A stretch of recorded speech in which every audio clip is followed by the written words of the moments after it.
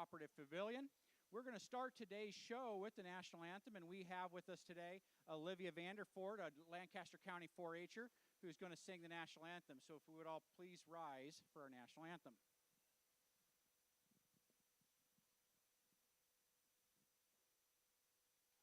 Oh, say, can you see by the dawn's early light what so proudly we hailed at the twilight's last gleaming, whose broad stripes and bright stars through the perilous fight o'er the ramparts we watched were so gallantly streaming, and the rocket's red glare, the bombs bursting in air, gave proof through the night that our flag was still there. Oh, say, does that star-spangled banner yet wave o'er the land of the free and the home of the brave?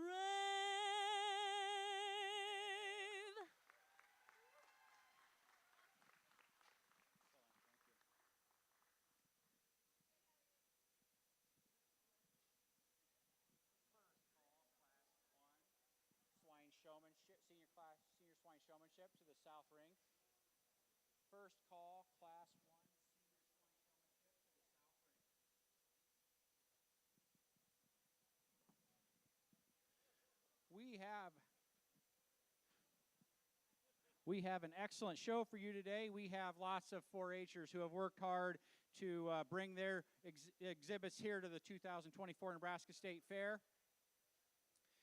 As we get started, we have a guest with us representing the university. Dr. Lawrence Chatter is the Director of Community Partnerships and Strategic Initiatives within the Office of the Chancellor at the University of Nebraska-Lincoln.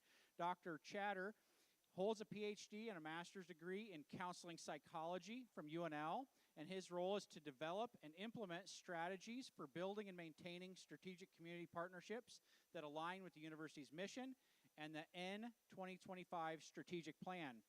Prior to his work in the Chancellor's office, Dr. Chatter served as UNL Executive Associate Athletic Director for Strategic Initiatives. Dr. Chatter is going to say a few words. So I just want to bring greetings from the Chancellor's office. It's amazing to have the opportunity to be here with you all today. I've already had the opportunity to open up the poultry show, go to a few fashion shows, check out the 4-H exhibits, and here and then to the goats. And then after that, I get to go to the robotics space as well. So I am really getting the opportunity to take in a lot of the best of what Nebraska has to offer. And so today I just want to tell you, thank you to all of you who are here for what you do and the time and the effort and the work ethic that it takes to make sure that you get the chance to show up here today prepared. And I know a lot goes into being prepared for today. And that includes a thank you to all of the volunteers here today that have made this possible. This is a great example of how, as Nebraskans, when we come together, we do amazing things. And it's so awesome to see that work together here today. And so I also get the opportunity to watch some family members who are showing today as well. And so it's awesome to have that opportunity today. But again, from the Chancellor's office, I just want to say to all of you, thank you for what you do. Thank you for what you continue to do. If it's State Fair, that means that football's right around the corner. We just welcomed a very large class of freshmen to the university yesterday as well. So we're really excited about this football season. And I hope you all can help usher in a wonderful championship at our university with all the great things that you all do. So thank you again. And as always, go Big Red. Thank you. Thank you, Dr. Chatter. Our judge today for our swine showmanship is Clay Zwilling from West Lafayette, Indiana. Clay is the CEO of the National Swine Registry. He recently moved to West Lafayette, Indiana with his wife and 2 daughters, and we're going to get our show started today. I think we're ready.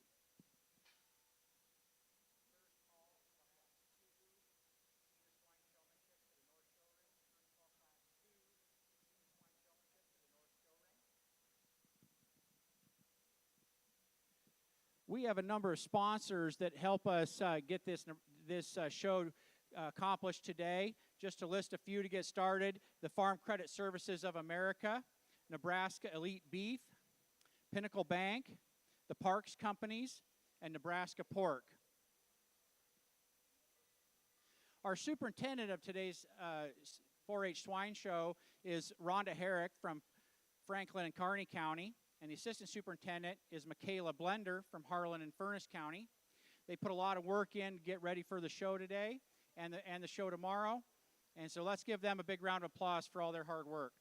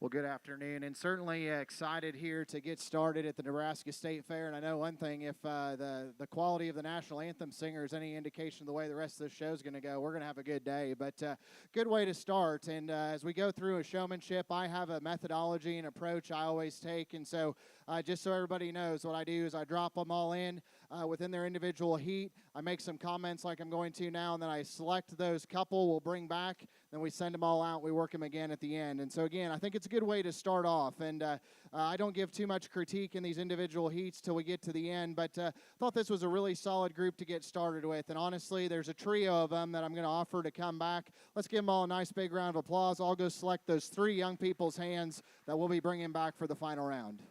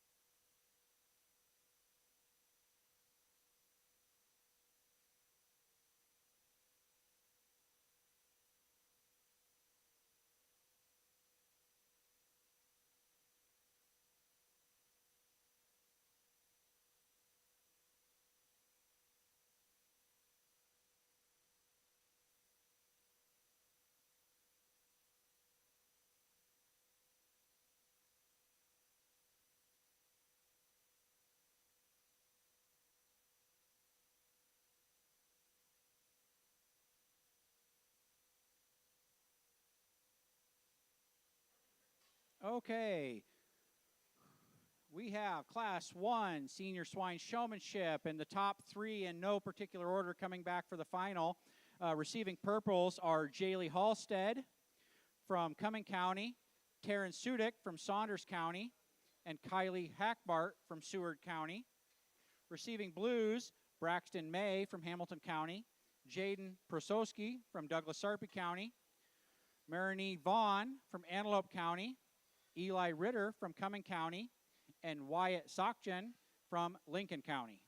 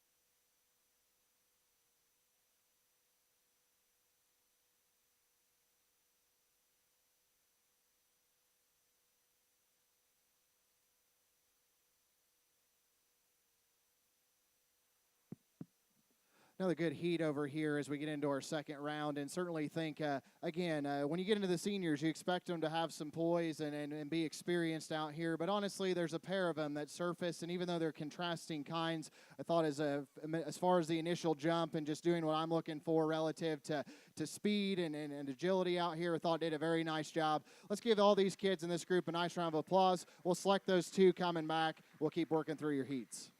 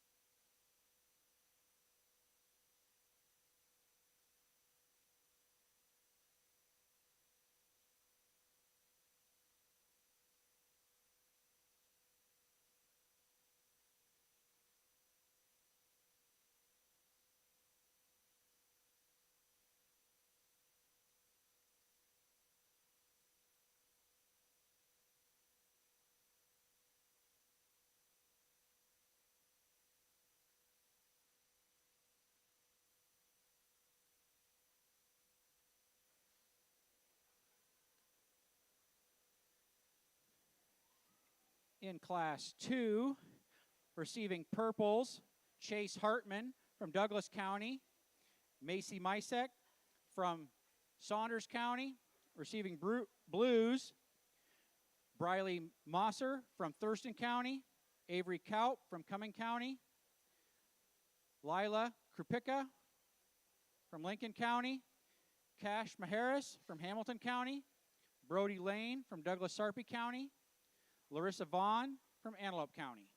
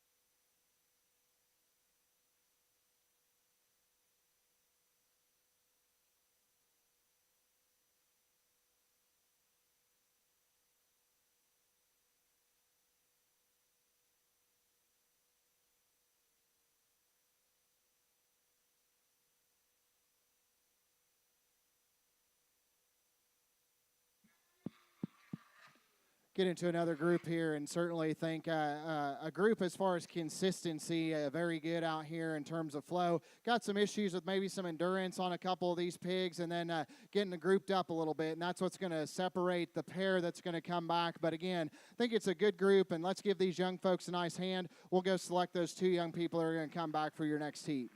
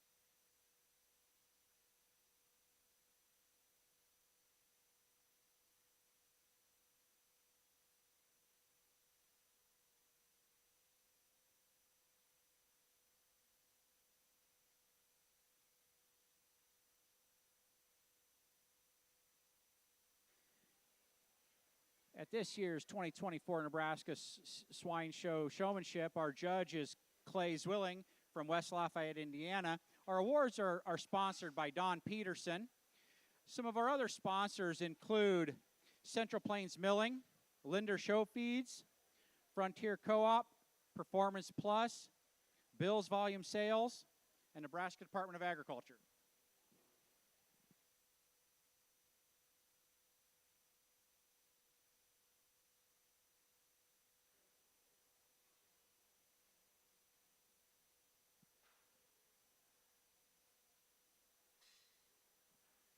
In Class 3, receiving purples, Emma Ott from York County and Mason Yanda from Howard County.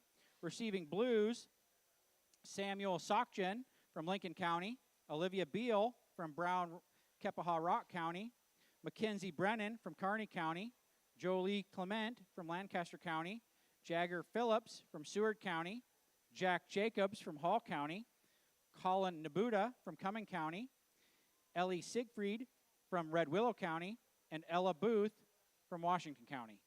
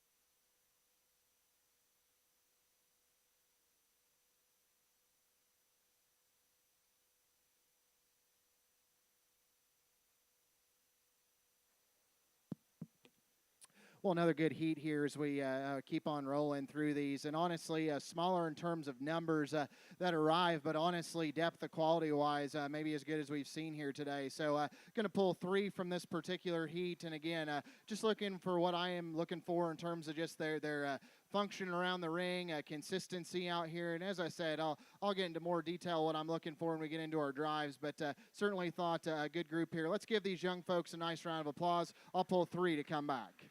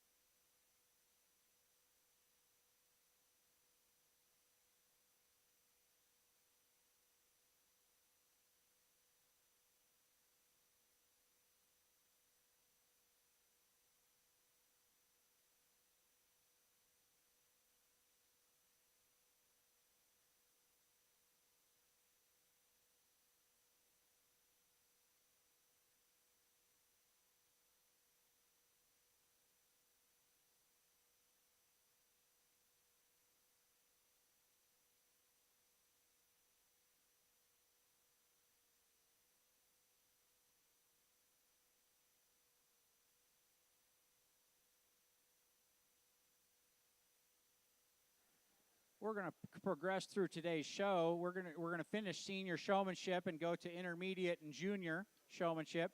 The showmanship show is going to be followed by our breeding show. We're going to start with our purebreds and move through to crossbred breeding gilts, so you'll want to hang around for that. We're currently in Class 5 senior showmanship, starting here in the South Ring.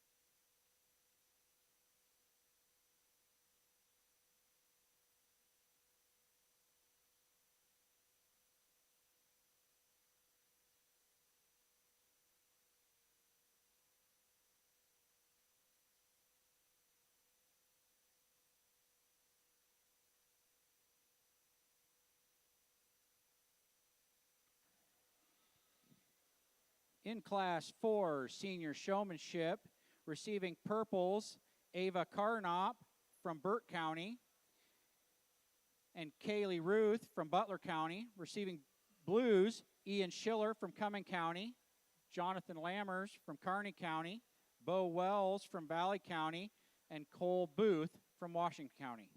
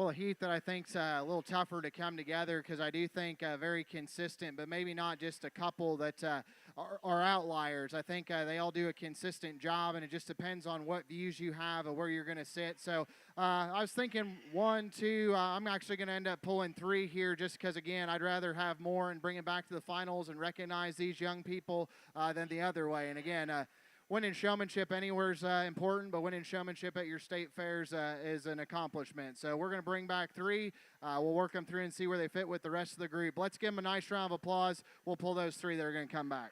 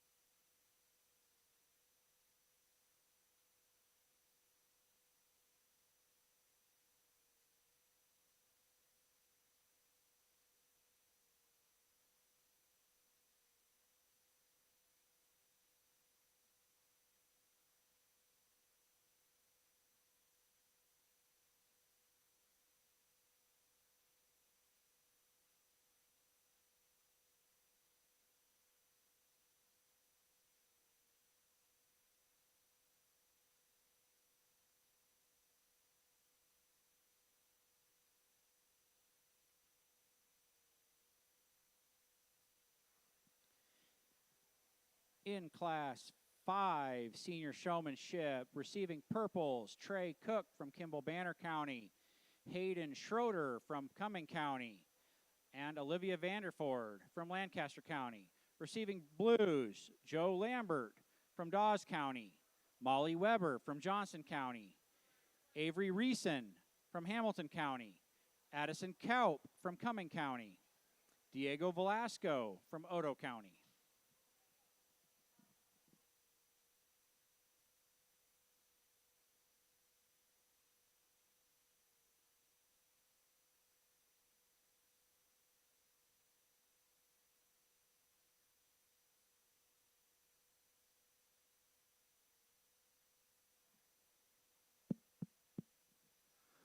Another smaller group, but again, not to take away from the quality. And again, I'll always side on bringing a few more back just to recognize the kids. And again, not to take away from the ones that aren't going to come back, but we're going to bring 3 back just to work through in a bigger group. But again, let's give these young folks a nice hand. We'll select those 3, and then we'll talk to the remaining 2 as well.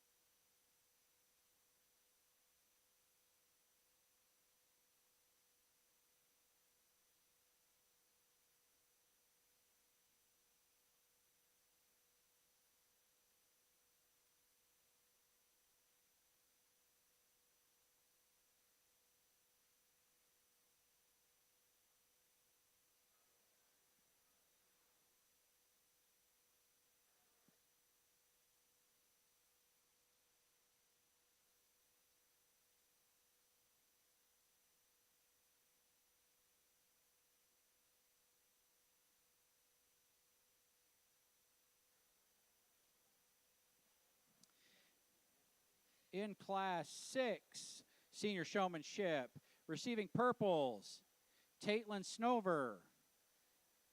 From Seward County, Anthony Haas from Box Butte County, and Grace Beamer from Otoe County. Receiving blues, Austin Avery from Knox County, and Grace Mitchell from Holt County.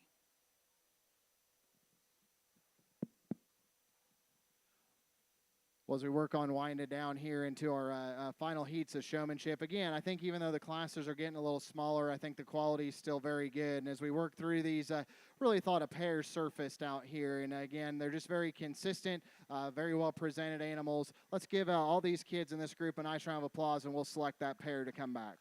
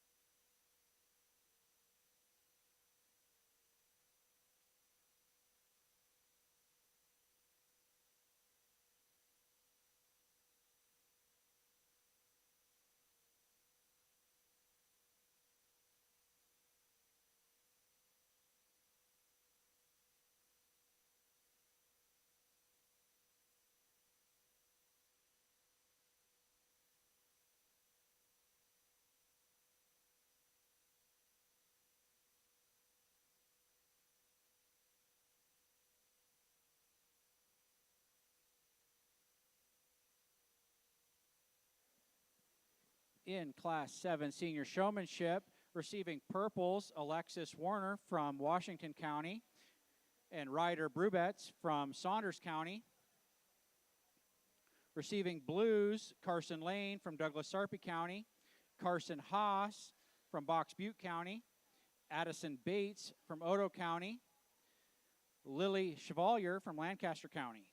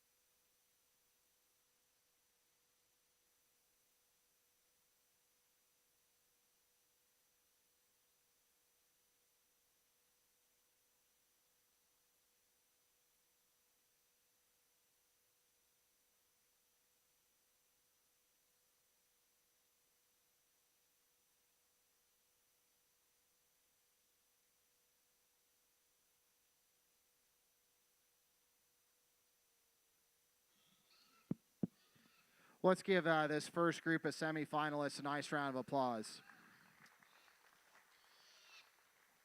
I'll make this comment later and probably numerous times throughout the day, but honestly, for those of you sitting ringside, whether you're familiar with swine shows or not, it's really challenging to judge showmanship. I actually think it's harder than judging the show because I can tell you one has more or less muscle. I can tell you one needs to be better up high or better in terms of their skeletal angles. It's really hard for me to tell you that your kid needs to be a little better in this one certain area on such an area that is personal preference. But the bottom line is, if you competed in showmanship today, if you're going to compete in showmanship today, if you make it to the semifinals, you've done a great job.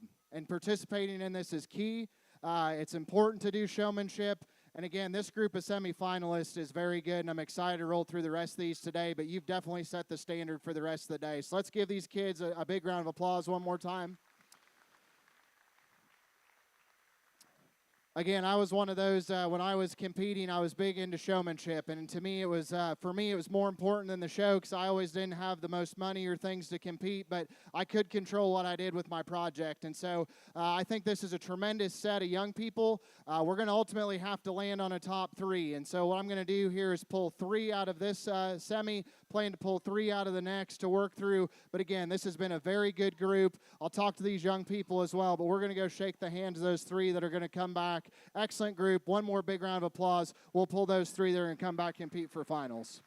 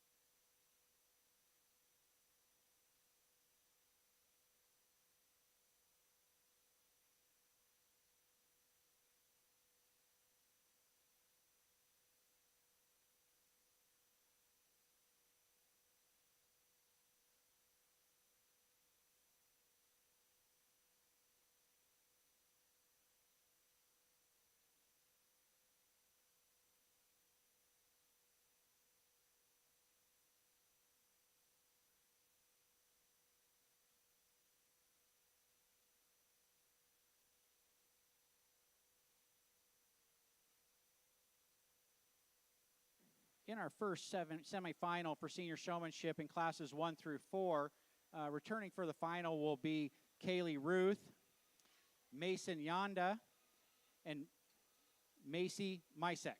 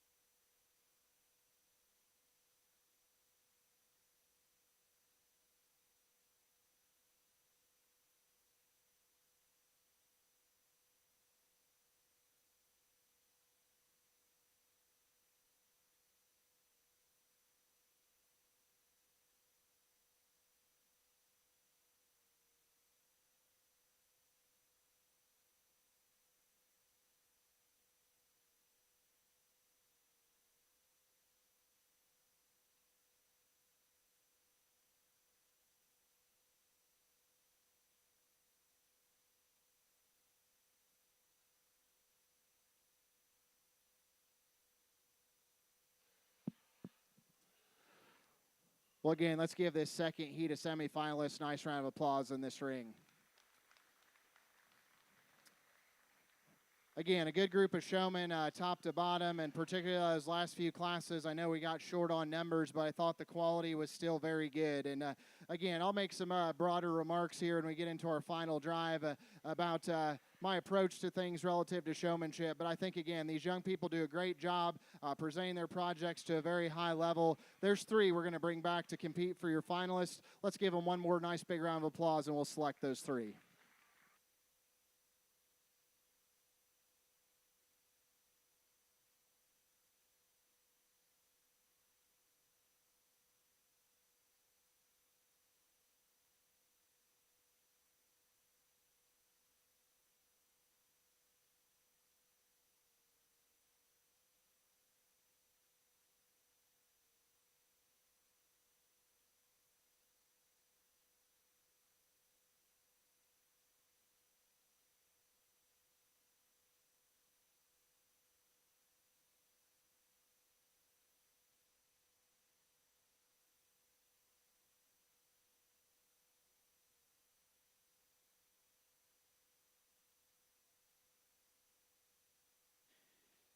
In our senior showmanship second semifinal from classes 5 through 7, returning for the final, Trey Cook from Kimball Banner County, Ryder Brubetz from Saunders County, and Taitlin Snover from Seward County.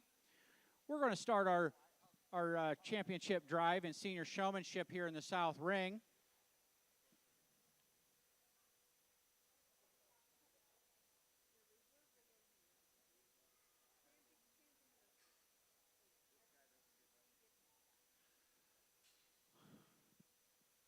Our showmanship judge today is Clay Zwilling from West Lafayette, Indiana. Clay is the CEO of the National Swine Registry and lives in West Lafayette, Indiana with his wife, Deanna, and 2 girls, Allie and Emma. Our superintendent today for the swine show is Rhonda Herrick from Franklin and Kearney County, and assistant superintendent Michaela Blender from Harlan and Furnace County. We have a number of volunteers in the ring. Many work for the University of Nebraska, a few graduate students, and as well as just some volunteers.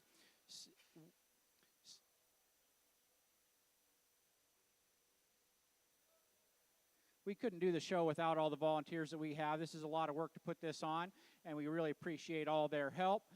We really have a great group of exhibitors here today from all across the state of Nebraska doing their best to show us what they have here in the show ring. So let's give these kids a big round of applause in the final in the Senior Showmanship Championship drive.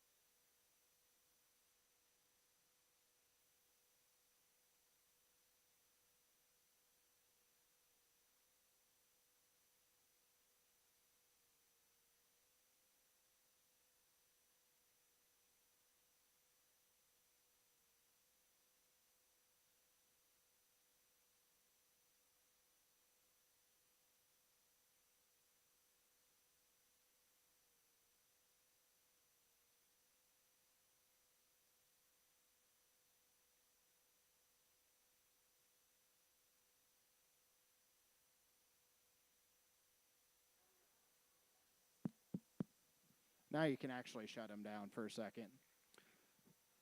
For those of you that have been around this business for decades, boy, think about 10, 15 years ago, if we could shut them down like that and fire them back up, we'd still be chasing them clear across the fairgrounds like it used to be. So the amount of effort and just skill we've put into showmanship and put into the livestock projects is incredible, and the amount of time and effort we've put in as an industry is second to none. And so again, whether you're in this ring right now or back in the barn, you guys here at the Nebraska State Fair, give these kids a huge round of applause.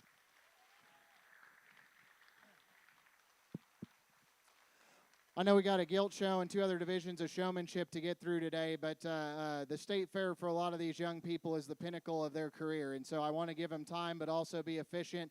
And the one thing I'll share, and again, I won't get into super specifics till we get into the youngins, but the one piece I'll give of advice as we come in down to the rest of the divisions, I say this every time I've judged showmanship, so if you've done your homework, you might know this, but for me, showmanship, it immediately starts with first impression.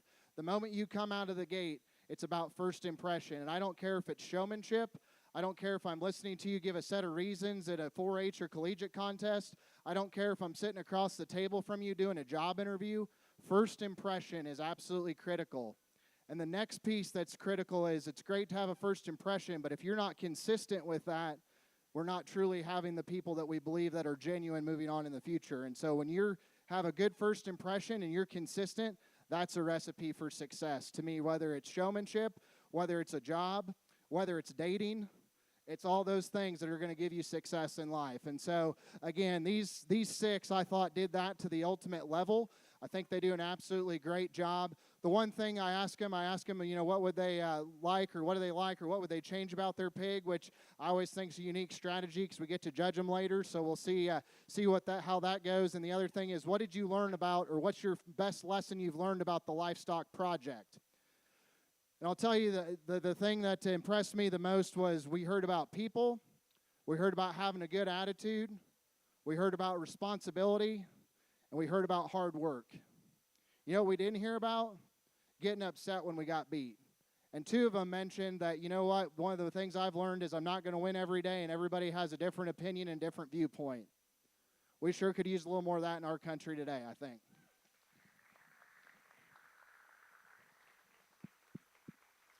Back to my original point, we'll see if that's consistent as I continue to judge on through the show, and I say that in humor. But again, this is a great group. We're going to fire these 6 back up.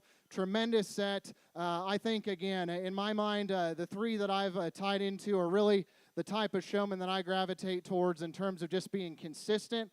They're natural.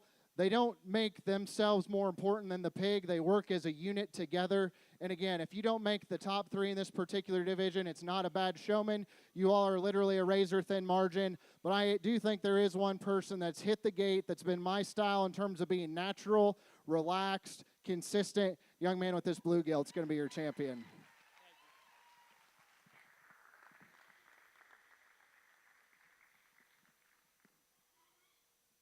Just as quickly, I thought it came down again to another group of them. There's another young person that I thought I don't like to get super aggressive, but I thought was the right level of aggressive. Their pig has been consistent the whole time. Again, I just think did an excellent job. Young lady right here will be next.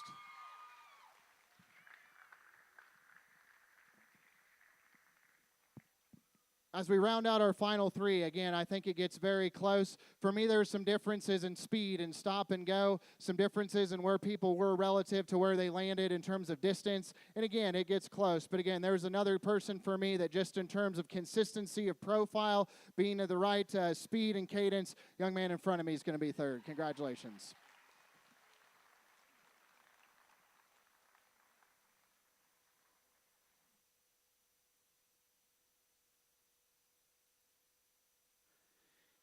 In our senior showman, our grand champion senior showman is Ryder Brubess from Saunders County. Our reserve grand champion senior showman is Kaylee Ruth from Butler County. And our 3rd place overall senior showman is Mason Yonda from Howard County. Our sponsor today for our awards in the senior showmanship is Don Peterson. Don Peterson's a longtime sponsor. He's from Richfield, Nebraska.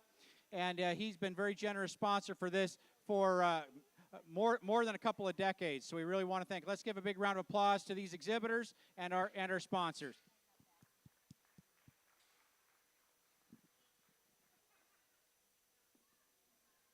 First call, intermediate swine showmanship, class 1 to the south ring. Intermediate swine showmanship, class 1 to the south ring. First call, intermediate swine showmanship, class 2 to the north ring. Intermediate swine showmanship, class 2 to the north ring.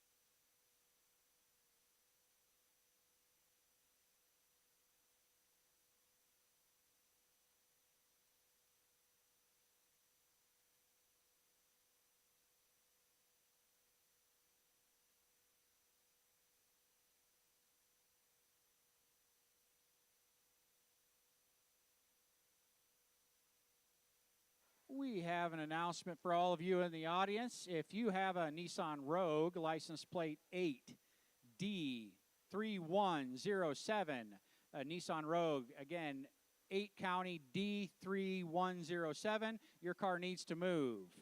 It may be towed if it is not moved soon.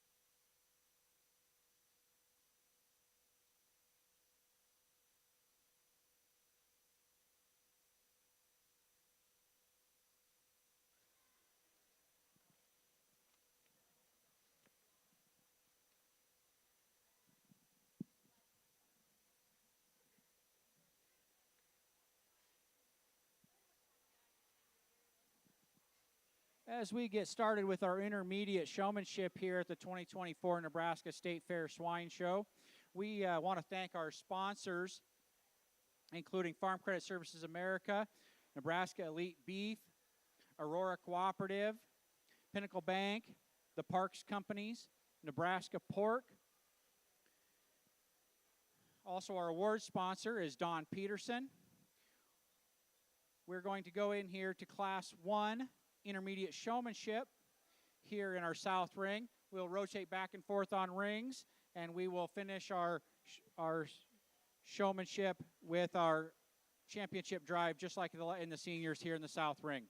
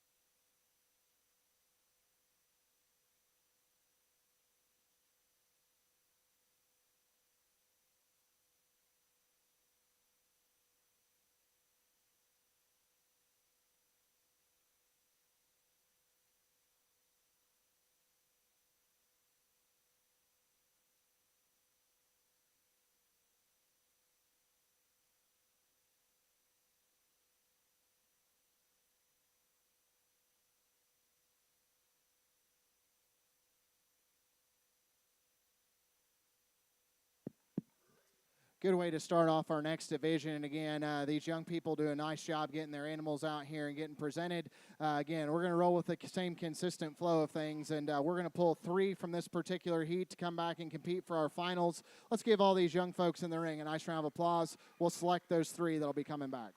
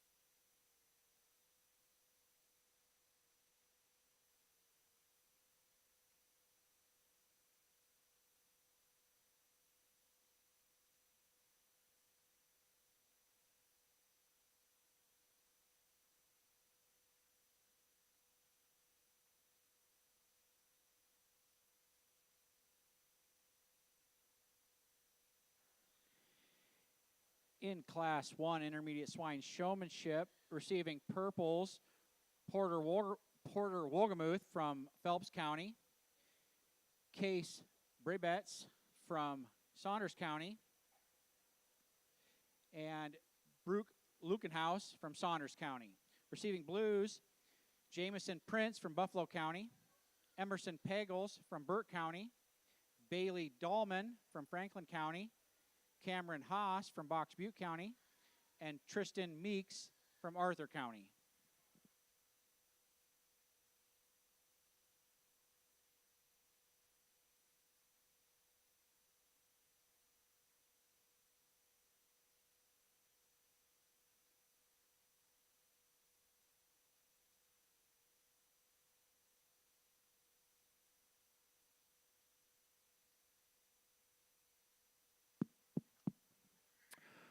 Well, a little more challenging heat here because I think we've got some good showmen that maybe pigs aren't cooperating as well, and then we've got some pigs that are cooperating as well that I'd like to just change a couple things in terms of style relative to showmen. And so, again, it's a good group top to bottom, and I'll visit with them as they exit the ring and pull those back. But I do think there's a group of them that we're going to offer to bring back out here because they're fundamentally following their direction. They're trying to present their animals in the best manner possible. As we get out into the semis, we'll see how some of these animals behave, but certainly think it's a good group. Let's give them a nice round of applause. We're going to pull 3 back to work through your next heat.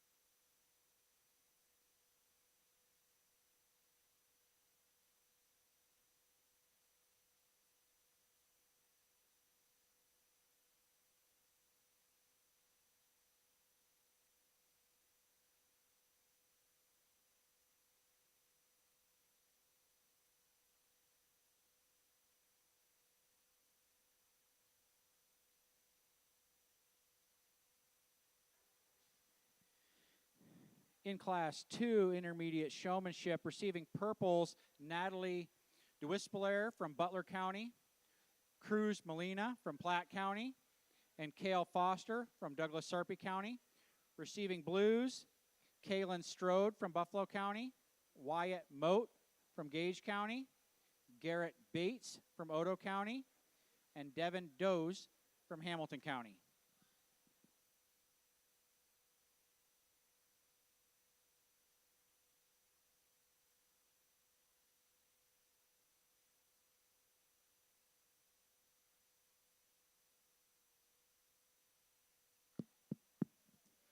Another good group here as we roll into our next class, and certainly think just in terms of a consistent group, a very good group. But honestly, I think at the top of this, there's just some separation in terms of what I've been looking for in showmanship all day. And again, it's not to take away from others in the class, but honestly, there's a pair of them that to me surface fairly handily, and then there's some coaching I do in some other spots. But it's a tremendous group, top to bottom. Some very well presented animals in this group. Let's give these young folks out here in the ring a big round of applause. We'll select the pair that's coming back.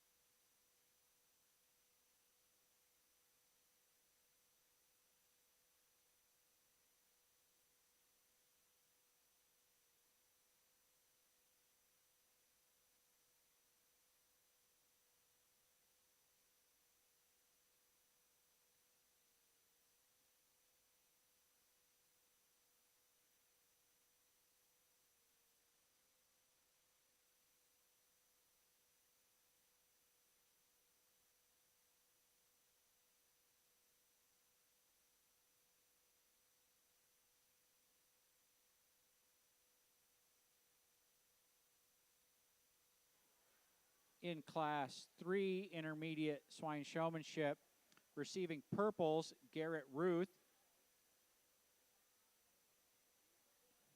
from Butler County, and Leighton Schroeder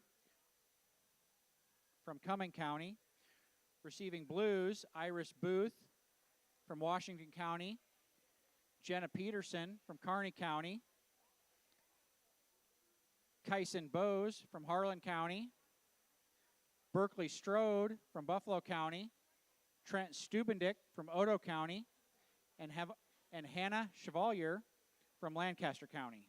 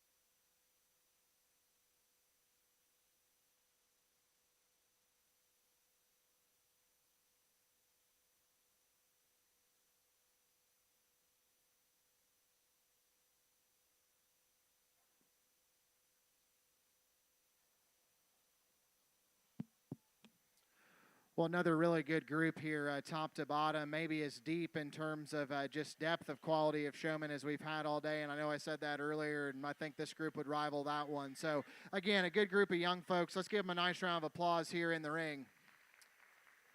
A very well presented group of pigs in terms of skin and hair and just ability to get them drove out here. And again, a good set in terms of attitude, in terms of the pigs out here.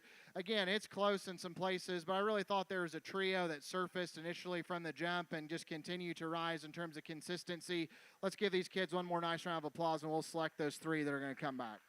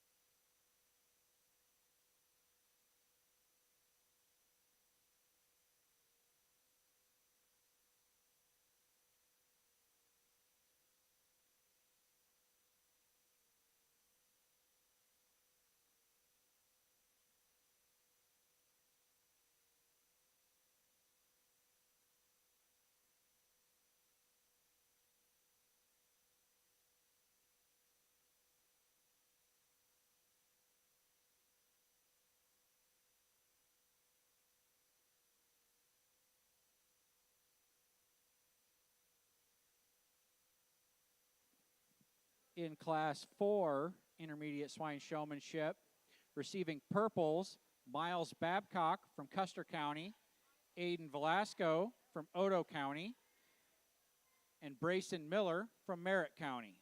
Receiving blues, Amelia Heller from Cumming County, Raya Lovick from Butler County, Charles Winters from Hamilton County, Ryland Johnson from Kearney County, Cody Super from Platte County, Merrick Reinch from Fillmore County, and McKinley Stoller from Hayes County.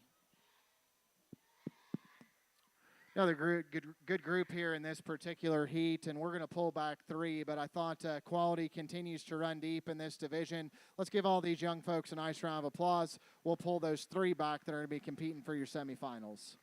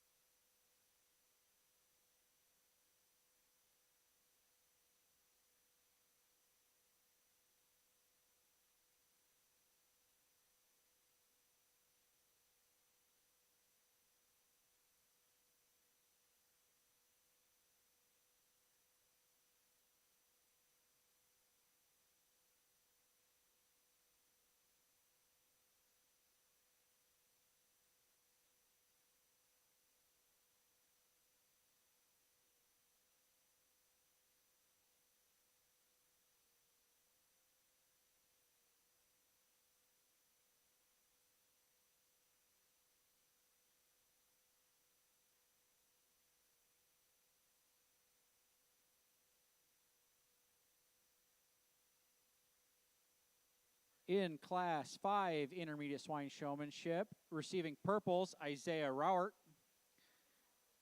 from Washington County, Leah Hartman from Dodge County, and Brooklyn Creech from Scottsbluff County. Receiving blues, Marissa Yonda from Howard County, Caden Super from Platte County, Eliza Divish from Saunders County, and Trevin Stuke from Saline County.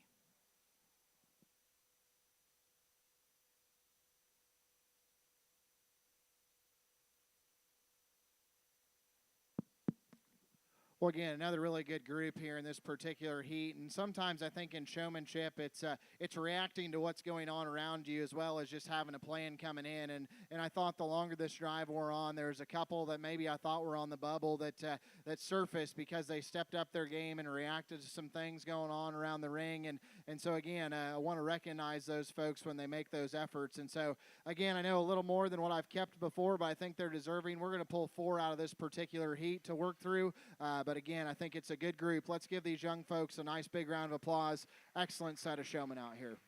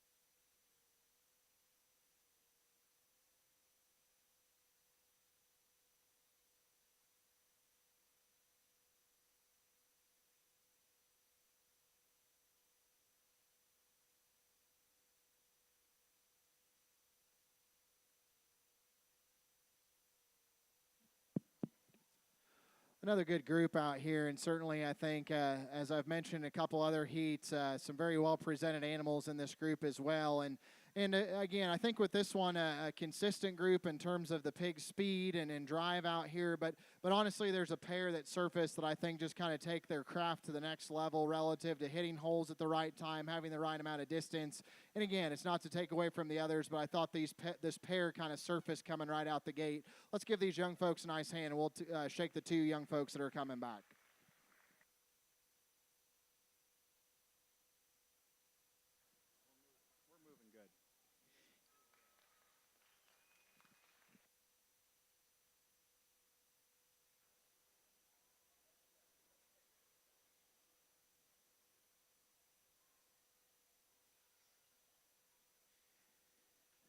In Class 6 Intermediate Showmanship, we have 4 purples. Receiving purples are Hunter Creech from Scottsbluff County, Kaylee Gregory from Dodge County, Trevin Miloshek from Saunders County, and Bristol Woolsey from Seward County. Receiving blues, Cody Prosowski from Douglas Sarpy County, Allie Ritter from Cumming County, Bodie Carruthers from Howard County, and Colin Schmidt from Fillmore County.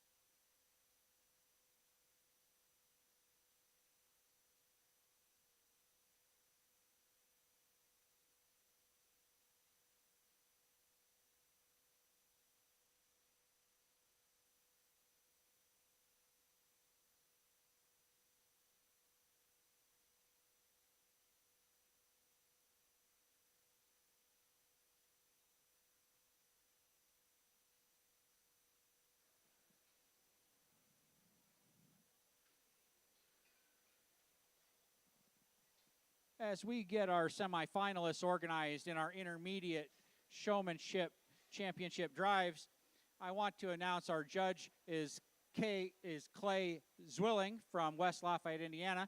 Clay is the CEO of the National Swine Registry. We're going to do our semifinalists from classes 1 through 4 here in the South Show Ring. Then we're going to move to the North Show Ring and do our semifinal for class 5 through 7. And then follow up with our championship drive for the intermediates back here in our South Show Ring. Our award sponsor for our Showmanship Awards is Don Peterson of Richfield, Nebraska.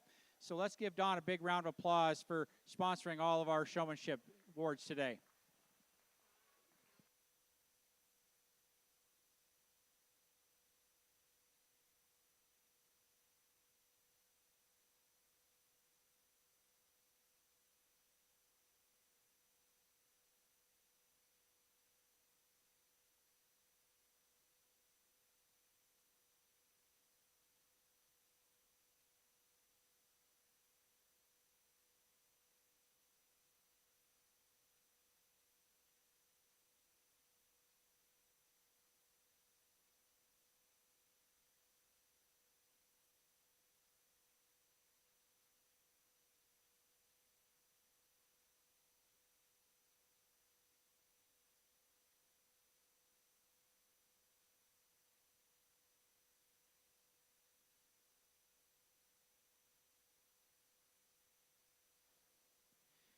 In Class 7, Intermediate Swine Showmanship, receiving purples, Blake Day from Buffalo County and Morgan Clement from Saunders County.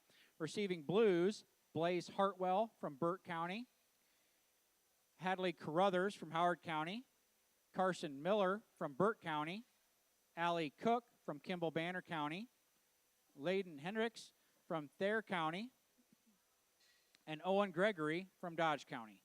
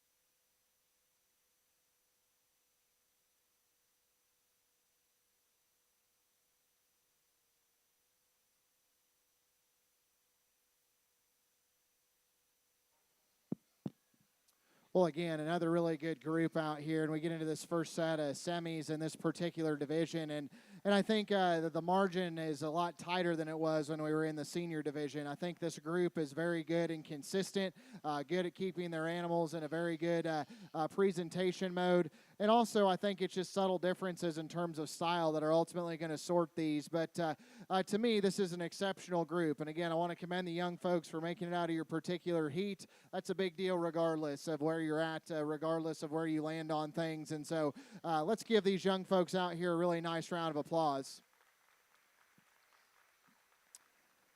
Again, it's subtle things and personal preference that's going to sort, and I know we pulled 3 out of the previous two, heats in the senior. I actually think with this group there's some added depth, and so I'm going to pull 4 to bring back to our finals. As I said, I'd rather have them, and let's see how they get along than the opposite. And so again, let's give these young folks a nice hand, congratulate all of them for making them to the semis. We'll go select those that are going to come back.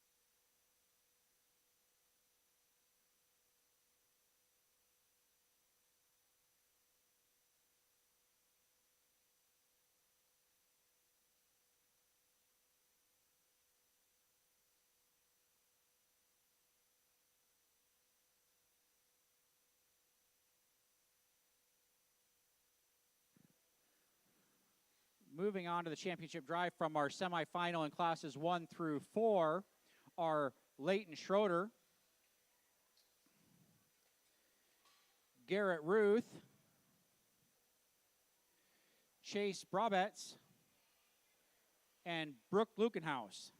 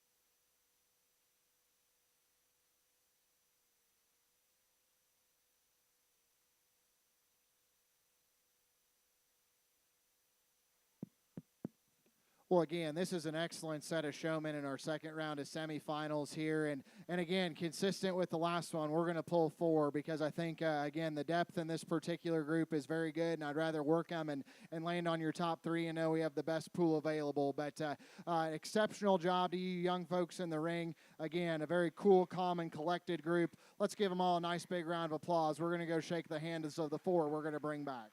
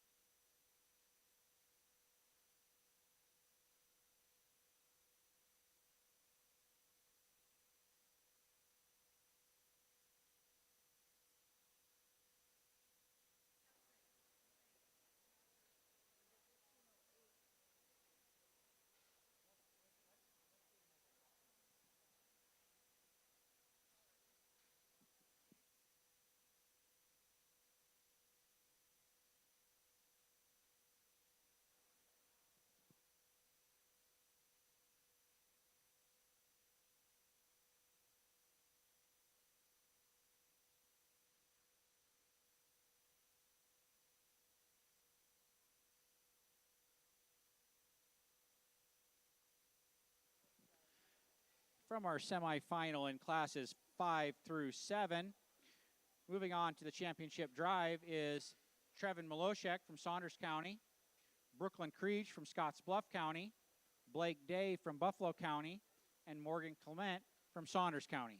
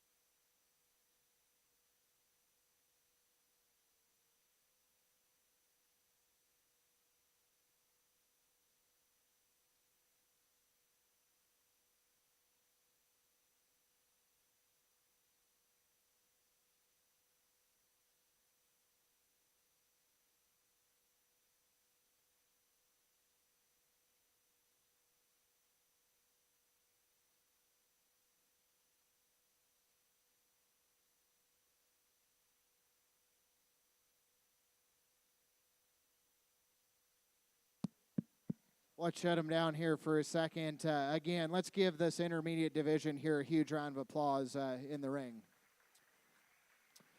It's a really good group, and to be honest, this is one of those situations you wish you could pick a top 5 or a top 10, because I think the ones that we have out here are the right ones and did an exceptional job. And we have to pick a top 3, and that's what the procedure says, so that's what we're going to do. But honestly, if you're out here in this group, more so than even the seniors, what I want to tell you is I know we want to win the buckle or the banner or the prize, whatever you're going to get out here. But if you're in this final heat, you need to be proud of yourself. And it's a razor-thin margin out here, and it's personal preference. And that's the one thing that I think is always challenging about showmanship is you from the outside may see something that I may not see, or you might have a preference one way or other just in terms of style. But I do think each one of you as young people do an exceptional job. Regardless of the outcome, you need to have your head up high and be very proud of your accomplishments, because when we fire these back up, I've got in my mind at least where I think I'm going to go, but it's not a solid decision. And that's the other lesson I want to leave each one of you with. The moment you hit the ring to the moment you go back to the barn, you're still in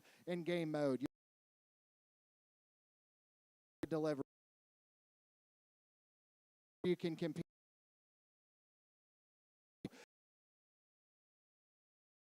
And that's why I'm looking at each one of you. You guys do an awesome job. You should be very proud of your accomplishments at this point. And again, you're going to have a tremendous amount of success down the road. Crowd, give them a huge round of applause. Let's fire them back up.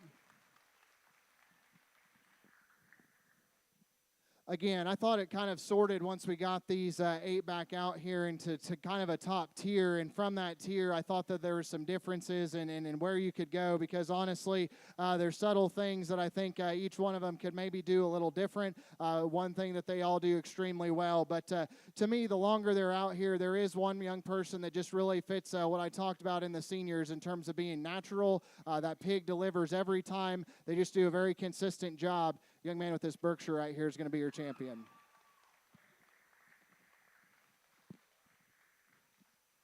Just as quickly, I want to follow it up with another young person that I thought, again, in terms of being aggressive, coming out from the jump, did an exceptional job. Thought got a little tight with some turns and maybe got grouped up, but is an exceptional showman. Young man right here is going to be next.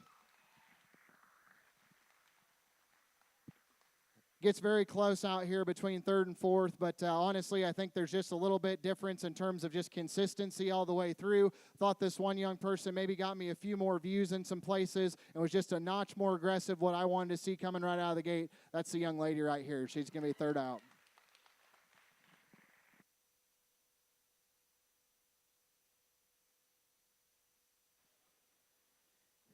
In our championship drive for intermediate swine showmanship, our first place grand champion is Leighton Schroeder from Cumming County.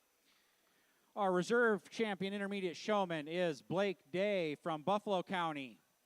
And our 3rd overall intermediate showman is Brooke Lukenhaus from Saunders County.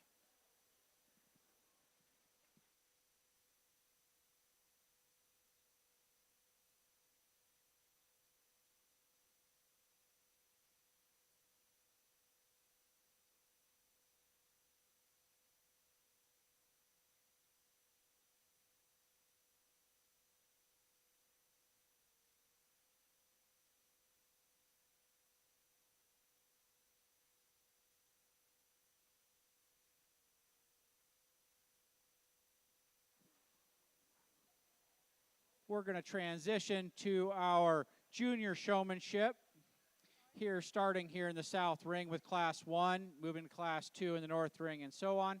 We have 5 classes of junior showmen. Our judge today is Clay Zwilling from West Lafayette, Indiana. Clay is the CEO of the National Swine Registry.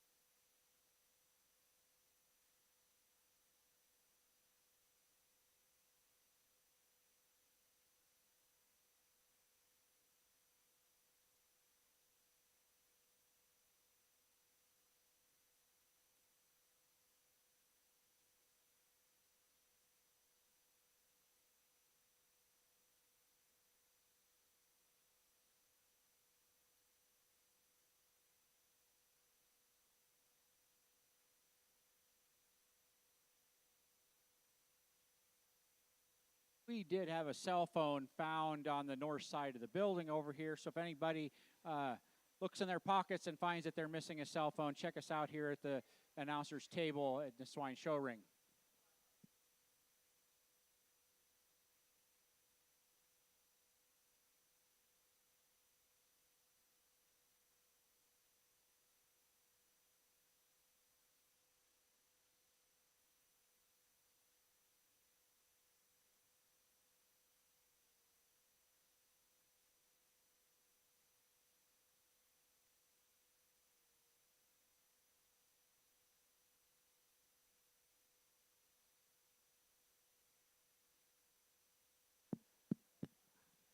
Well, we get into this first division of juniors here, and honestly, you get into this division, and depending on the experience you have, certainly some differences. But honestly, I think just getting out in the ring, getting the mechanics, and keep in mind, parents, I mean, for a lot of these young folks, it's still pretty intense to come out and get judged by a big, ugly guy in a green shirt and have a big crowd around you. So I think just coming out and having some confidence and having some poise is definitely something to be recognized. But great way to start off our junior division.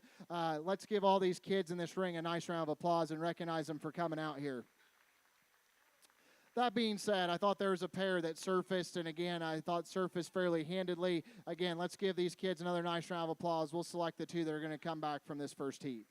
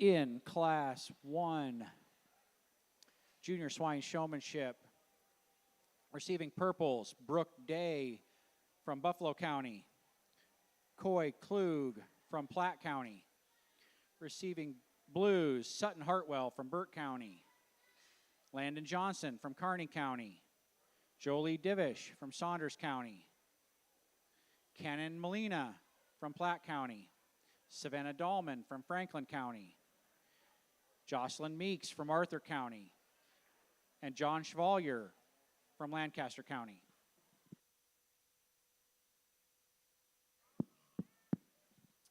Really good heat here, and I certainly think these young people do a nice job. And honestly, as I've talked all day, I mean, there's going to be variation in how many I take from each group, but we got to see how some of these hogs come back and react, and then how some of these young people manage and come back as well. And so we're going to select 3 out of this particular heat, but again, I thought it was a good group, and even though we're getting a little bunched up now, I thought from the jump there were some that did a very good job of initial impression, getting their hogs out, getting them driven and displayed. Let's give them a nice round of applause, and we'll select those 3 coming back.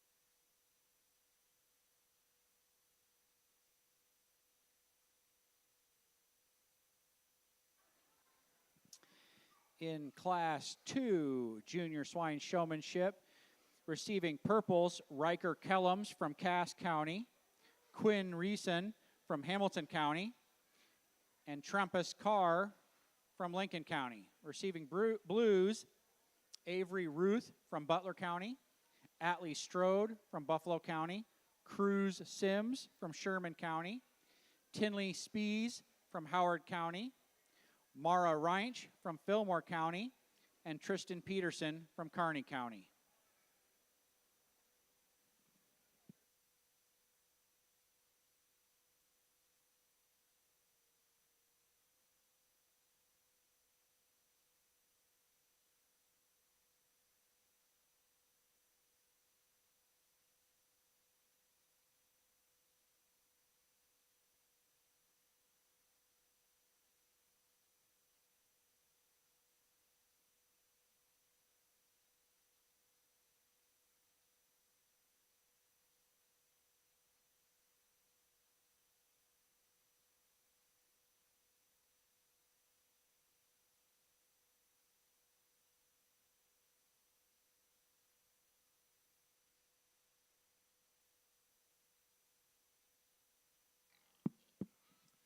good group here, but a little more challenged because I don't think there's one or two that just levitate towards the top. I think it's a good group that's just very consistent top to bottom. Just as a general point of critique here, a couple of them I just really want to have them pick up a gear and go in terms of speed, but I do think, again, just functioning around the ring, finding those holes when available and seeing the opportunity to get in front of the judge and those things, group does a very nice job of that. So again, got to keep in mind these young folks are just really kind of starting off their showing careers and again hold themselves to a good level of class and just confidence out here. Let's give them a nice round of applause for this group. We're going to select 3 to come back for your finals.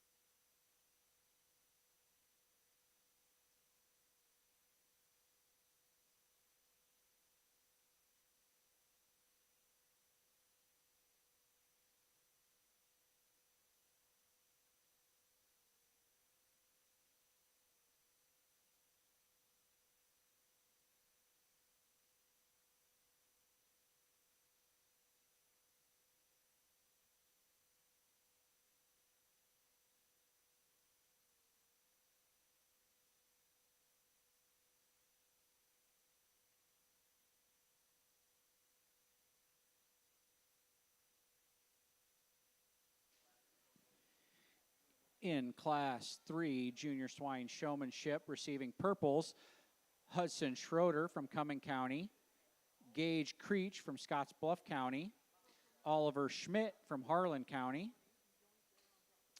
Receiving blues, Isaac Stuke from Saline County, Riker Olson from Webster County, Ellie Beal from Brown Kepaha Rock County, Dakota Velick from Knox County, Thomas Chevalier from Lancaster County, Bree Wells from Valley County, and Gemma Clement from Saunders County.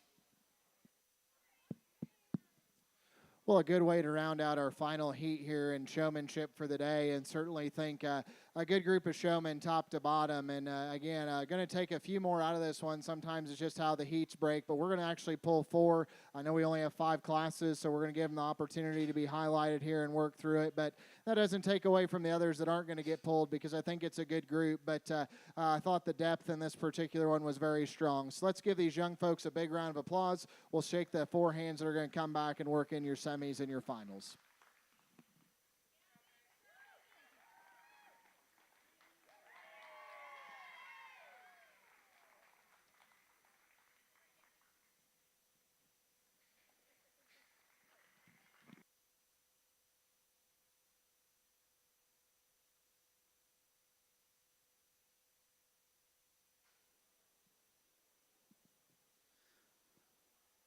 Well, that was our penultimate heat. Our final heat of the Junior Showman is the one we're starting over here in the South Ring. So we'd like to thank our sponsors as we get close to the end here of the Showmanship Show. Farm Credit Services of America, Aurora Cooperative, Nebraska Elite Beef, the Parks Communities, Nebraska Pork, Pinnacle Bank, Don Peterson, Nebraska Department of Agriculture, Linder Show Feeds. After this class, we'll be moving into our semifinals, which will be here in the South Ring. For classes 1 through 3. Classes 4 and 5 are going to be in our semifinals here in the North Ring, and we'll have our final drive here in the South Ring.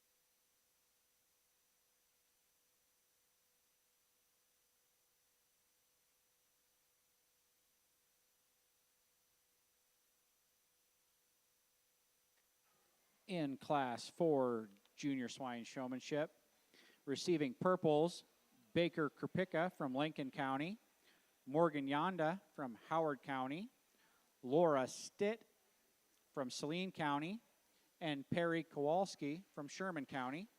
Receiving blues, Hunter Snyder from Red Willow County, Lane Heinrichs from Thayer County, Eve Rauert from Washington County.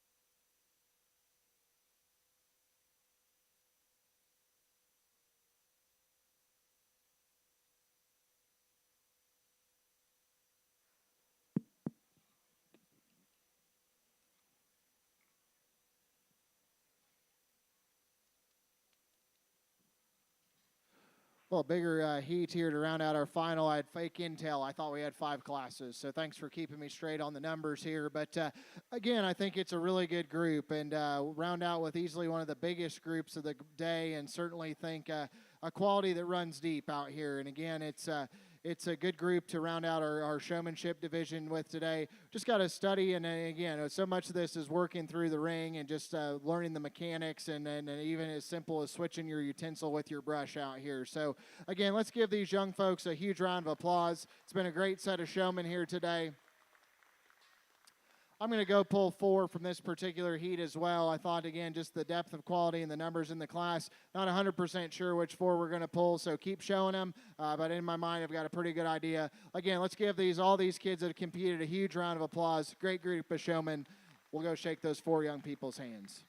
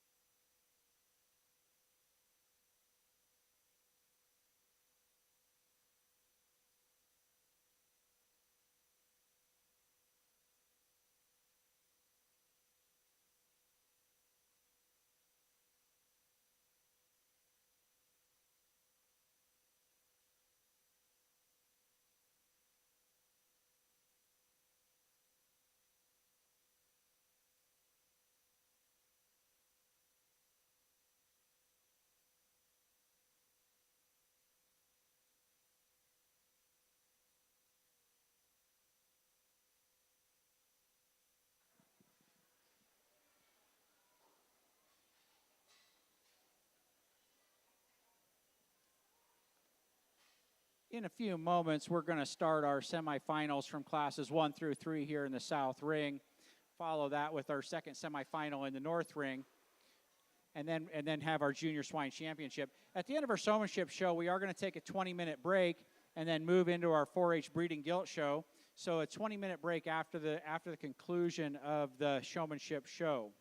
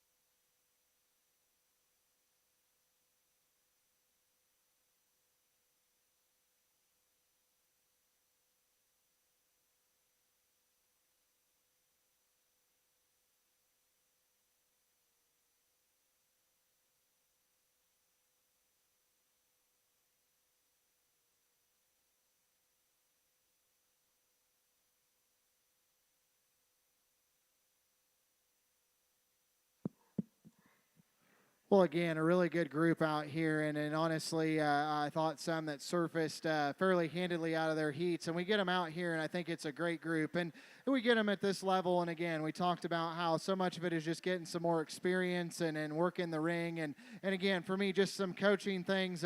I'm not big on getting overly aggressive with the whip. I think you just need to use it when necessary. I like it to be natural, and again, sometimes it's nerves and those things. Keep the pigs in a good pattern, moving both back and forth, as well as coming at me when I make the moves to the right angles. But again, I think this group is good top to bottom. Excited to get through the next group of semifinals. We're going to pull 3 out of this particular heat. I think these 3 surfaced fairly handedly for me out of their individual heats as well. So let's give these young folks a nice round of applause. We'll select those 3 that are coming back.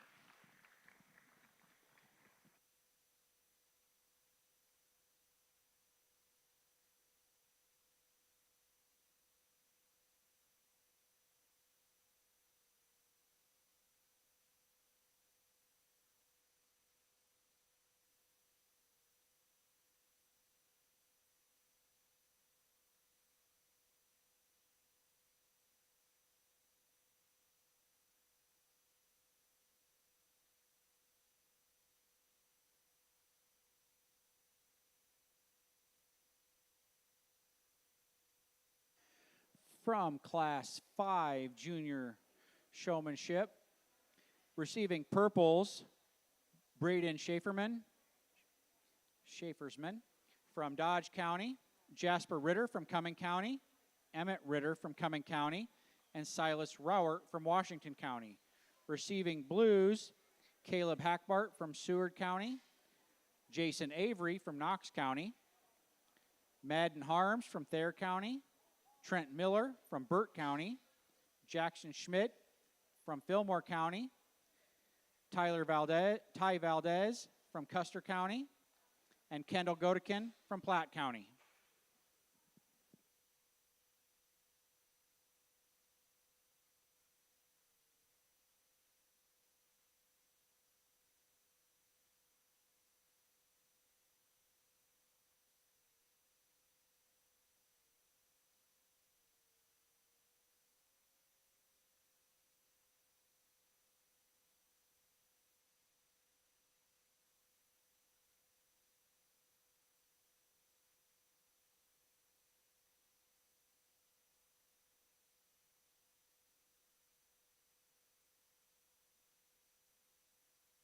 From our first semifinal from classes 1 through 3, moving on to the final drive will be Coy Klug from Platte County, Trampus Carr from Lincoln County, and Brooke Day from Buffalo County.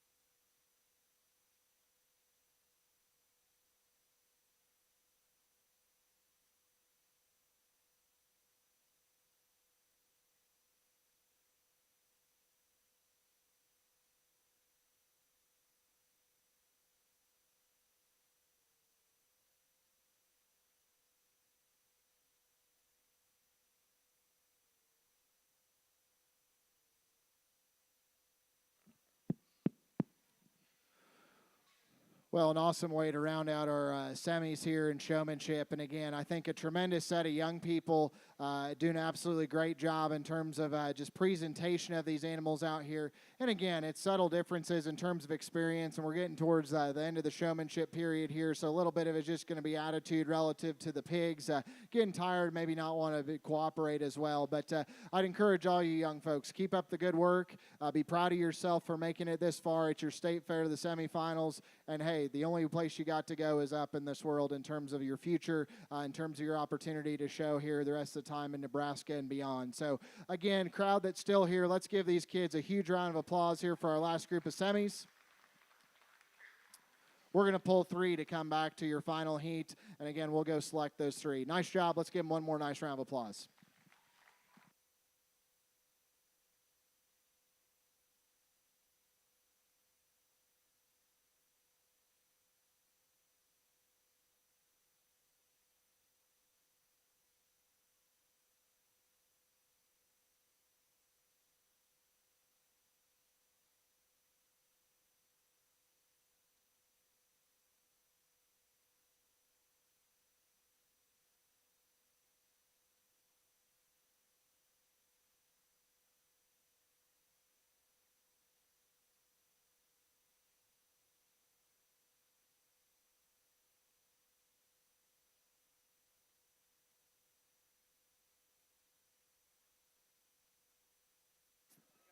in the semifinal from classes 4 and 5.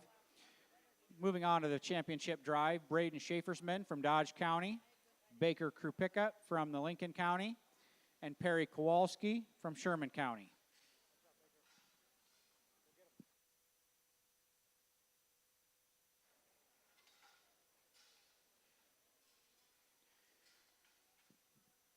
As we start our junior showmanship championship drive, we want to thank our sponsors. Don Peterson sponsored the awards today. Don's from Richfield, Nebraska. We have also sponsors Aurora Cooperative, Central Plains Milling, Bill's Volume Sales, Linder Show Feeds, Performance Plus, Frontier Cooperative.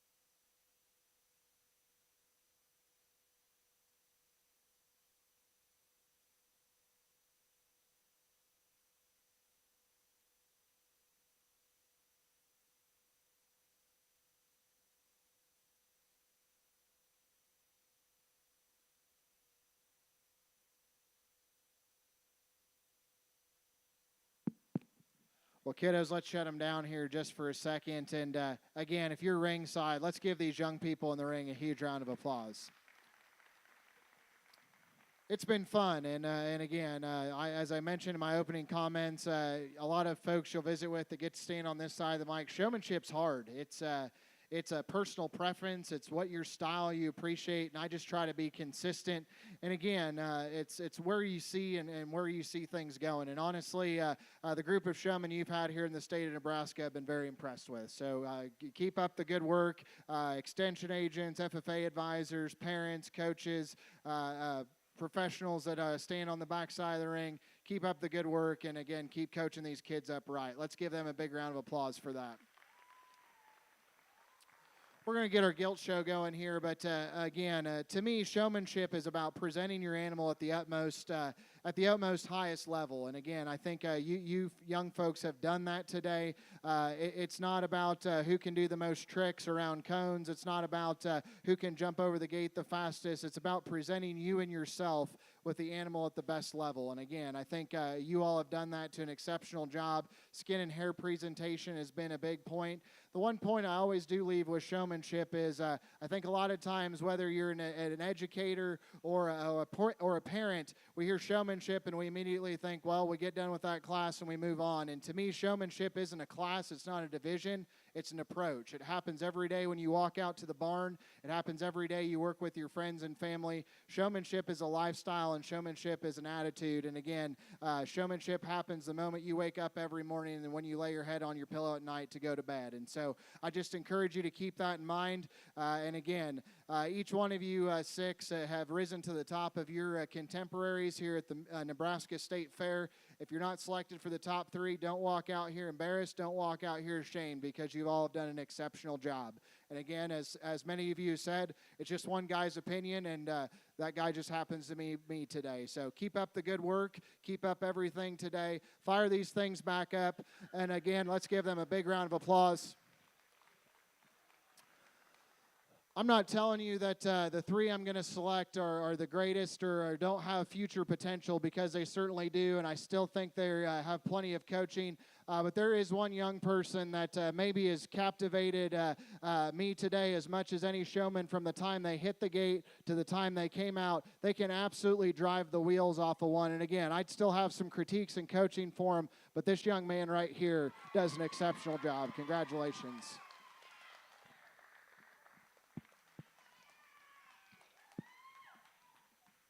Just as quickly, there's another young person that just has been consistent from the jump. I thought they've done an exceptional job. Their pig has been presented to the absolute T. They've been very consistent. Towards the end, wanted to get a little slower. Pig maybe didn't want to cooperate as well, but they've held themselves. They're cool, calm, and collected. Has the utmost confidence. Young lady with the yellow bow will be next.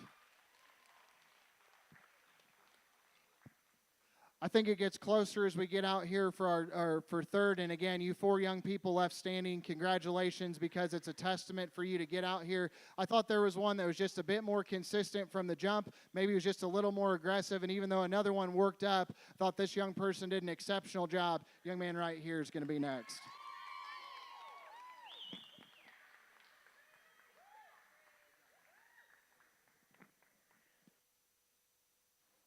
Our grand champion junior showman is Baker Krupicka from Lincoln County. Our reserve champion junior showman is Brooke Day from Buffalo County. And our third overall junior showman is Braden Schaefersman from Dodge County.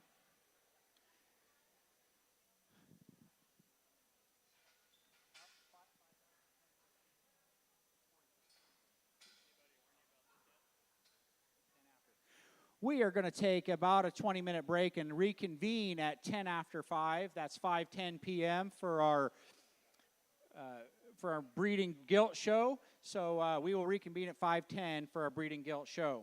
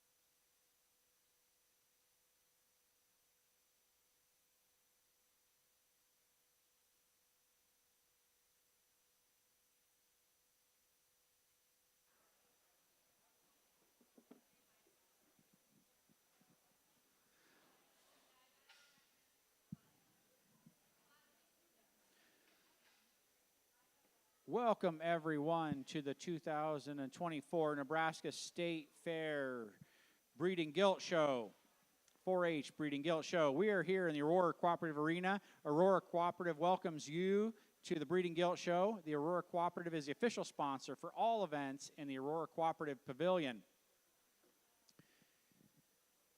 Today we are joined by our judge, Clay Zwilling. Clay of West Lafayette, Indiana, currently serves as the CEO of the Nebraska Swine Registry. Prior to this role, Clay was serving as an executive leadership roles with the Angus Media and Walton Webcasting. Clay grew up on a small purebred cattle and swine operation in western Illinois. He attended Land Lake College and Oklahoma State University, where he was highly active and in agricultural leadership roles and the livestock judging teams. While at OSU, Clay was a member of the 2012 National Championship Livestock Judging Team and an All-American. He also has a master's degree in agricultural education from Texas A&M University. Clay has judged at 20 states over the last 15 years, including 10 state fairs and the Houston Barrow Show. He and his wife, Deanna, have 2 daughters, Allie and Emma. Welcome, Clay.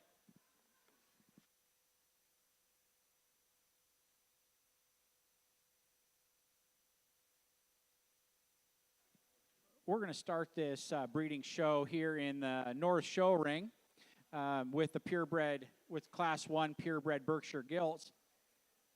The youth are working their way to the ring now. We're going to work through this breeding gilt show, and we're going to pause for a little bit of a different part of the show after Class 19.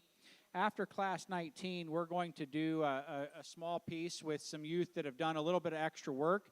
We're going to announce the Farrow-to-own winners, do a little competition with them. And so there's 3 youth involved in that here at the Breeding Gilt Show today. So that'll be after Class 19.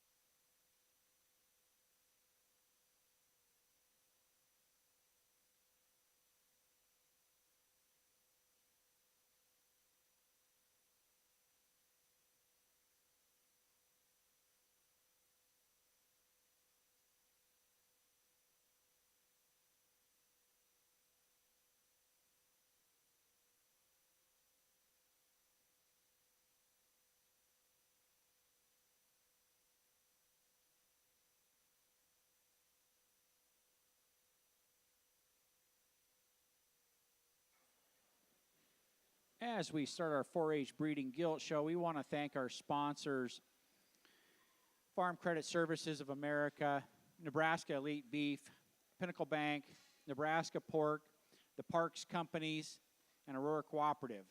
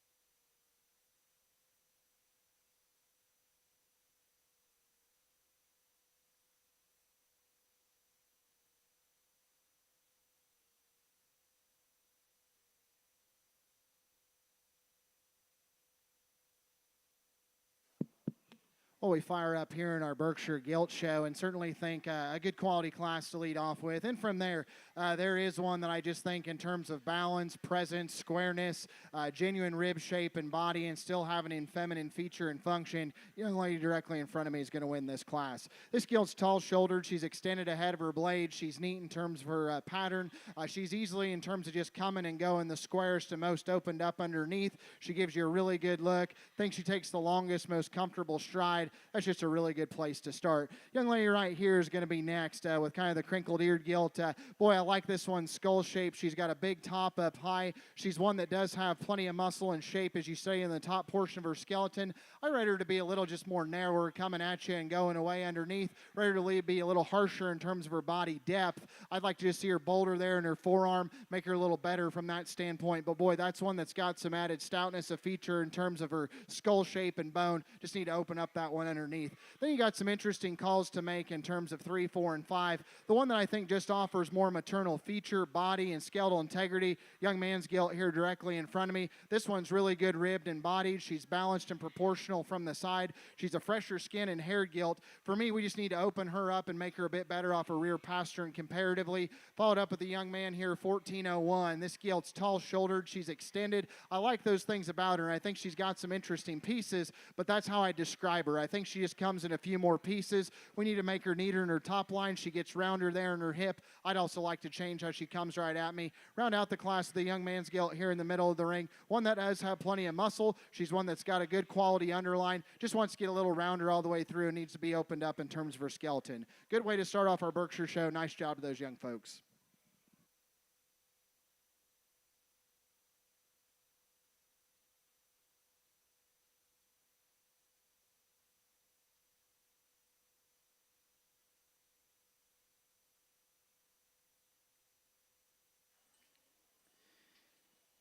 In Class 1, receiving purples, Emma Ott from York County, and Avery Ruth from Butler County. Receiving blues, Samuel Sockjen from Lincoln County, Wyatt Sockjen from Lincoln County, and Ian Schiller from Cumming County.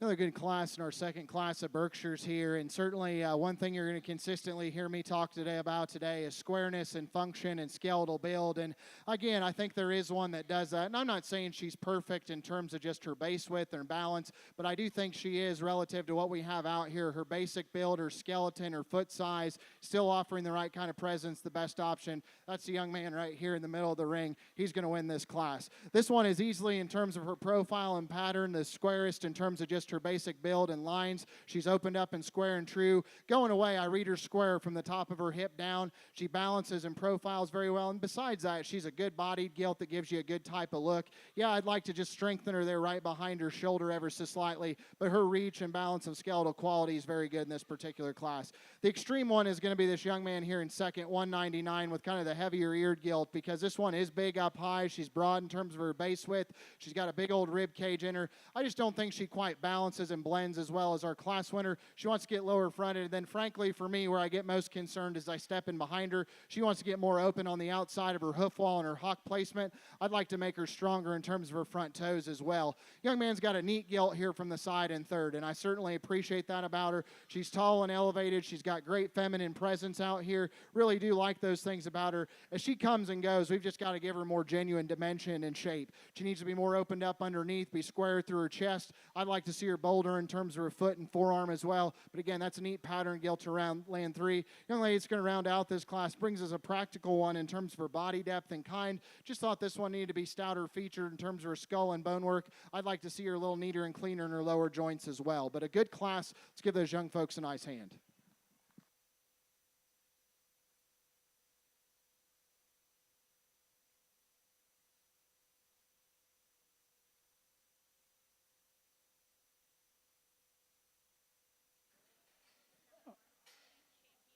In Class 2, purebred Berkshire Gilts, our purples are Leighton Schroeder from Cumming County and Blake Day from Buffalo County.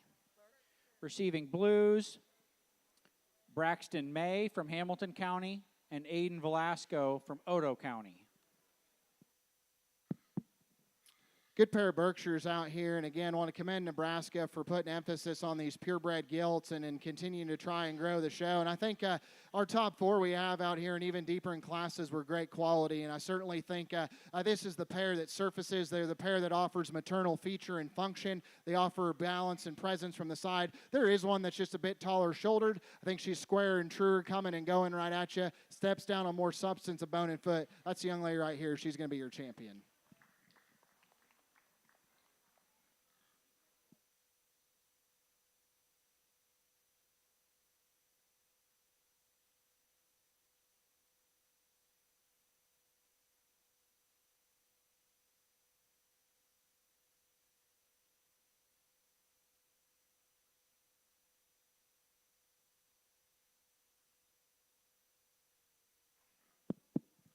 I think it gets closer out here for reserve. You got gilts that differ a little bit in type and kind, but ultimately as you study them and break them down, there is one that I think does offer a little more length of stride, even though she's rounder in her hip, and she definitely has the advantage in terms of just stoutness of feature, in terms of her skull shape being opened up through her chest. Still think it's a good type of breeding gilt. Young lady that was second in that first class will be reserved. Congratulations.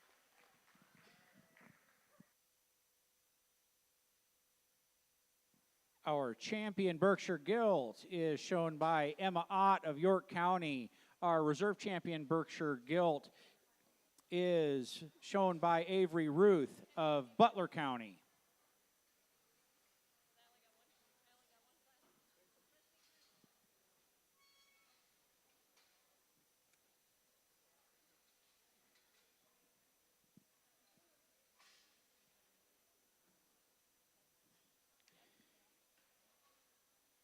Here in our North Show ring, getting started now, is Class 3 purebred Chester White Gilt.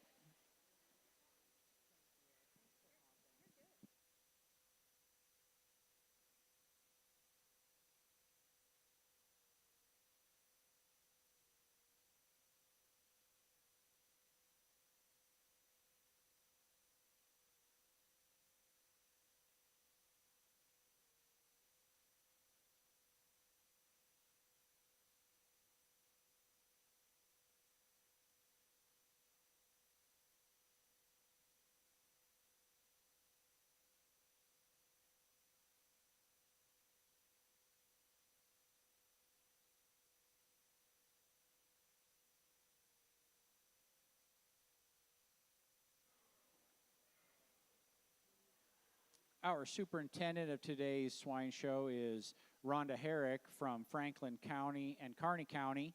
Our assistant superintendent is Michaela Blender from Harlan and Furnace counties.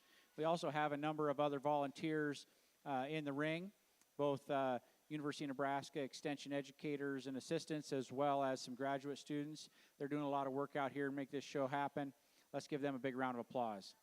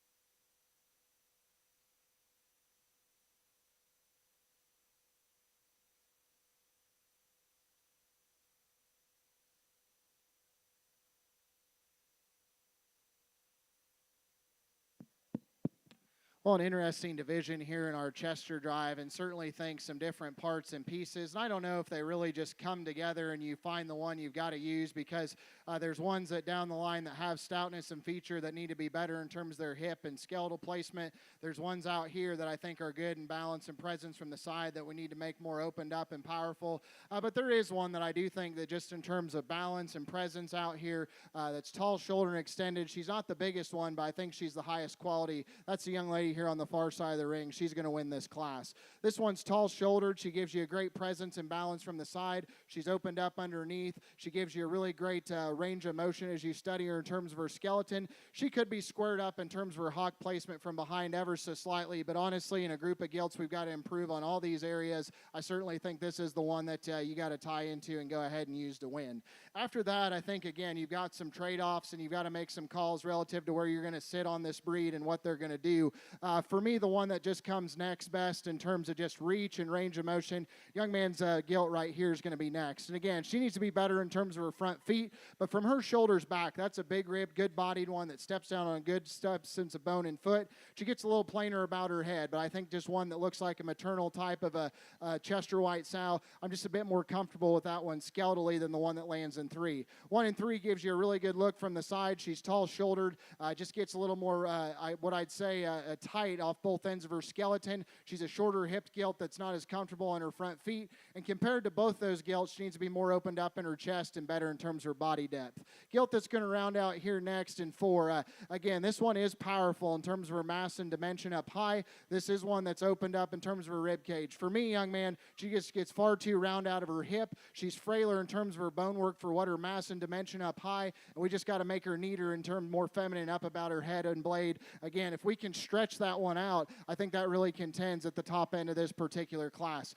Young lady's gilt that comes next is one that is neat from the side. She's got a good feminine type of look. There's just not enough hog here for me, young lady. We need to open her up underneath and give her a bit more true power and dimension. Round out the class again with a similar story. Young man's got a gilt that's got plenty of muscle and shape. Just need to open this one up underneath, give her a bit more true dimension in terms of her bone work. Good class, interesting class to sort. Let's give those young folks a nice hand.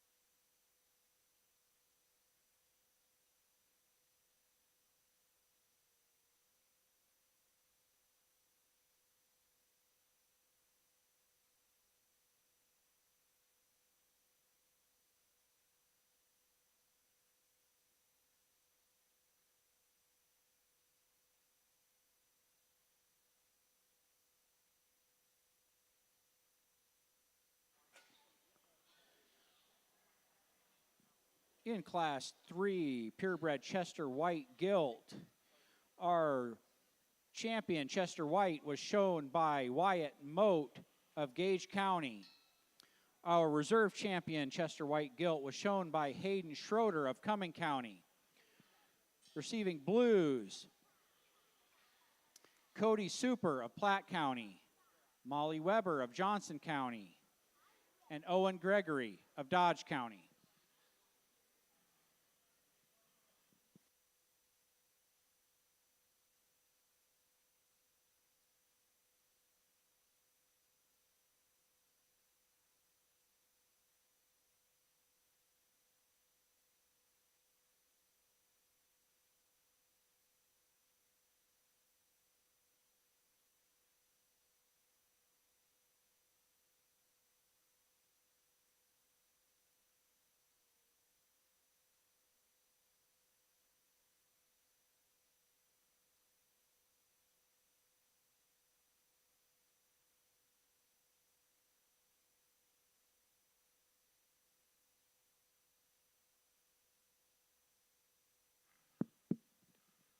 Well, an interesting class of red gilts, to be quite frank with you, because I think it's a little indicative of where we're at in this breed in terms of if you get one that puts all the pieces together, man, they're extra special. But then from there, you've got to make some calls on where you're going to sit and where you think red hogs need to be in a couple areas. But for me, the pair that surfaces are the two young ladies here in the middle of the ring. From there, here's the differences. I'm just going to describe them to you before I tell you how I place them. The young lady here directly in front of me, this one is neat from the side. She's tall-shouldered. She's extended. She gives you a wicked look in terms of her balance and presence. As she comes and goes, she needs to be more opened up in her chest. There just needs to be more internal rib and upper rib shape. I'd like to see her more opened up going away. Young lady over here, I think that's where this one does have the advantage. She's more opened up through her chest. She's bolder in terms of her rib cage. She's one that I think is more genuine in terms of her forearm. She isn't as neat up through her head and neck. I don't think she's quite as stout in terms of her bone work comparatively. But again, as I think about where we put this breed and we push them forward and how I like them, there is just more hog there, and I think that's the one that's more genuine. So young lady over here, you're going to go ahead and win this class with one that's more opened up in her chest. She's bolder ribbed and better bodied. We're going to follow up the young lady's gilt here next. It's super neat from the side. She's tall and extended. If we give her any more ounce of chest width, power, and dimension, we flip that pair. But again, we just got to give that one some more true substance underneath. Nice pair to discuss, though. Good job to both those young ladies. Followed up the young man here next with the gilt that's got an absolutely dense and stout tail root. This one's got some genuine breeding hog pieces to me because she's bold in her forearm. She's stout-skulled. Study that tail root and just what the indicators of stoutness and feature are. We need to make her better in her chest floor and knee. I'd like to see her just drive and plant with a little more comfort out of her hip and rear leg as well. But again, I think this one offers some really intriguing pieces. Young man here with the gilt that's fighting him a little more. This is a big, productive kind of do-rock. I like that about her. She's big in terms of her rib cage. Even without her kind of having a sour attitude out here, we got to make her leveler in her hip. I like to see her square coming and going. But again, this is just a big, productive kind of a red gilt to have in class. Round out with the young man's gilt here along the fence that I certainly think has some stoutness of feature, has some muscle up high, just never really balanced out. I like to change her in her front shoulder and knee as well to make her square and truer coming and going. Good class. Let's give these young folks a nice hand.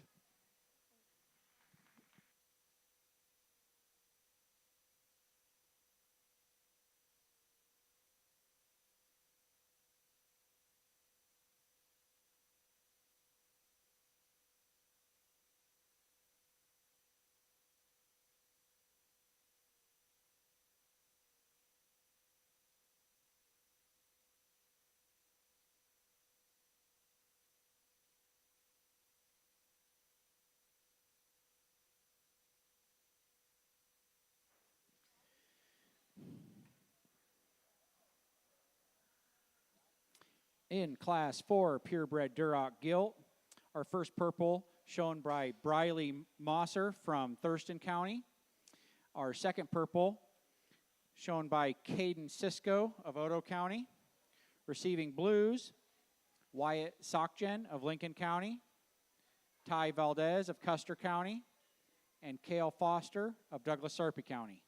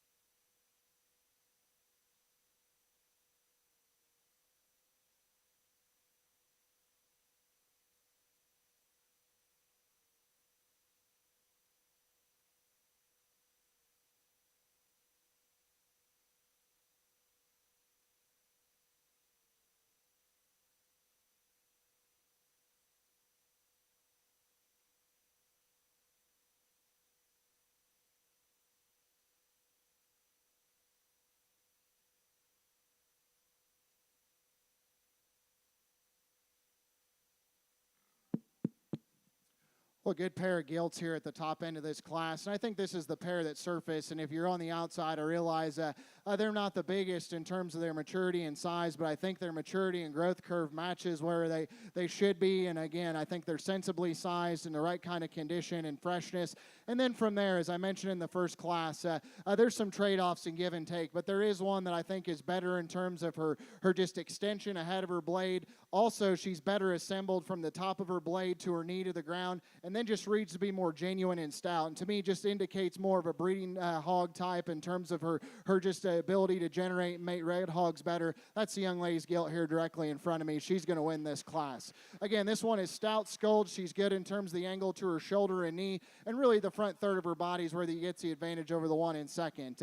But this is still a well-balanced gilt that proportions very well. She drives and plants with good authority out of her rear leg. She's a little more traditional in her rear leg set compared to the red breed, but I just think this one looks like one that you could take home and have a little more versatility, even go on and maybe make a board just in terms of her stoutness of feature. A well-presented gilt here in second, and her height of shoulder and top, spread up high is very good. And again, that's where she gets the advantage. She's got a big rib cage and muscle in her. She's extremely stout-hipped. For me, young lady, this one just needs to be better coming right at me. She gets a little more jammed up front. She's more straight in the angle to her shoulder and knee. If we could relax her there and keep the back two-thirds of her body in check, I think she really rivals and pushes our class winner. That's a very good quality gilt to land in second. Young man coming here in third. This is a good meat and potatoes type of red gilt. She's good-bodied. She's extremely fresh in terms of her rib and center. For me, young man, it's this one coming and going that sorts her into third. We got to open her up in her chest, make her better out of her hip, stouten her up in her bone work relative to her muscle up high. That's a good maternal ribbed, good body type of gilt. You can go home and make a sow. Certainly like those things about her.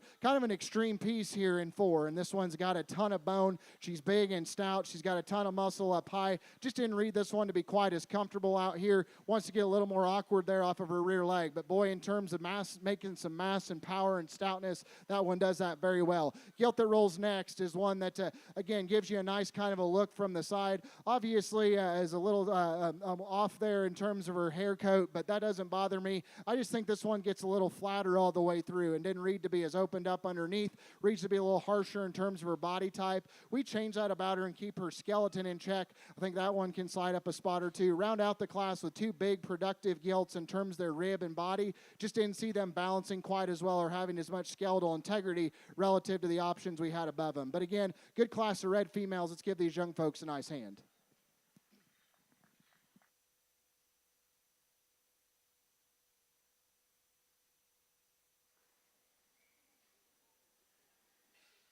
In Class 5 purebred Duroc Gilt, we have first purple shown by Tatum Dake from Buffalo County. Second purple shown by Kendall Godekin of Platte County. Receiving blues, Carson Miller of Burke County.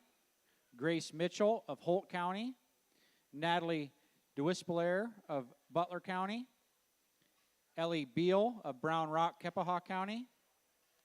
And Olivia Beal of Brown Rock, Kepahaw County.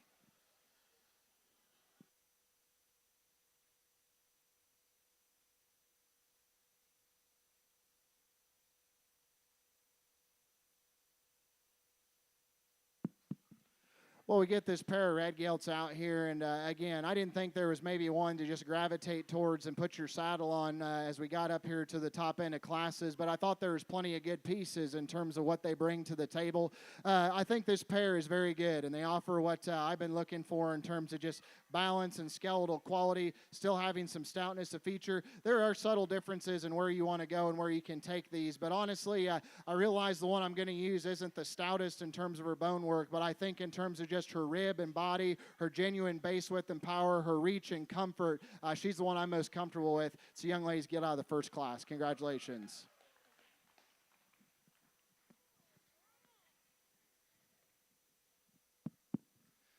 Drop in that second place gilt, and boy, she's really neat from the side, and she's tall-shouldered and she's extended.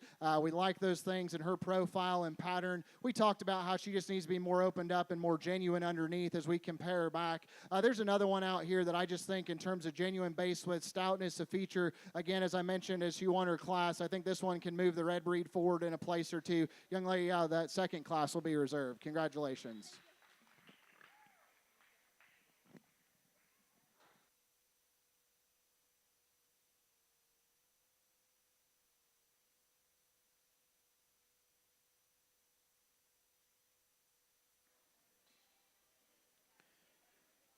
Our champion Duroc Gilt was shown by Briley Mosser of Thurston County. Our reserve champion Duroc Gilt was shown by Tatum Dake of Buffalo County.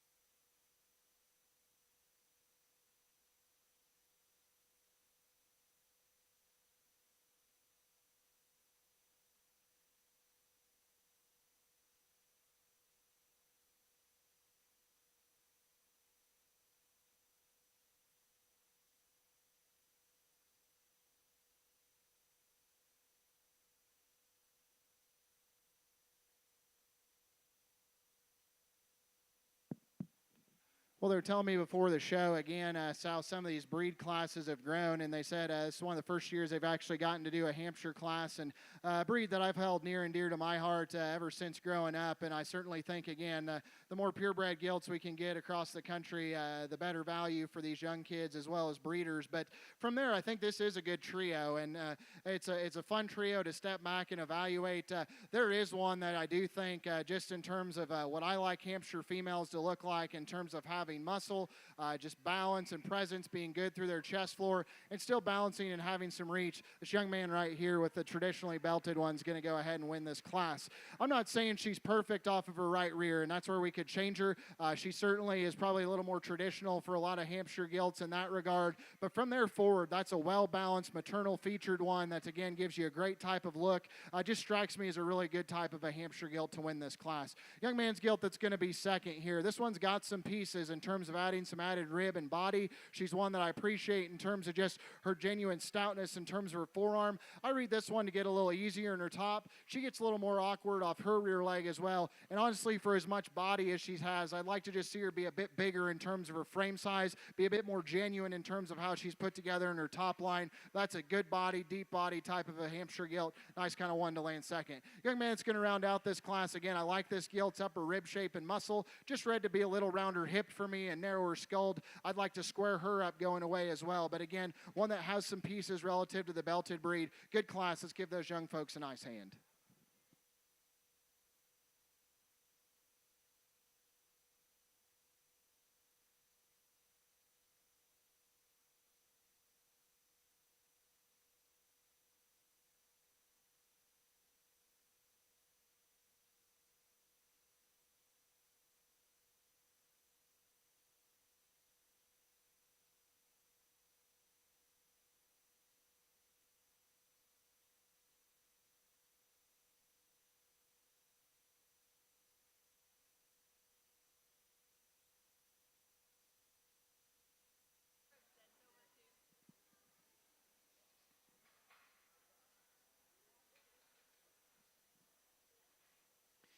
In Class 6, purebred Hampshire gilts, our champion Hampshire gilt was shown by Hayden Schroeder of Cumming County. Our reserve champion purebred Hampshire gilt was shown by Cruz Sims of Sherman County. Receiving a blue in that class, Lane Mahaffey of Dodge County.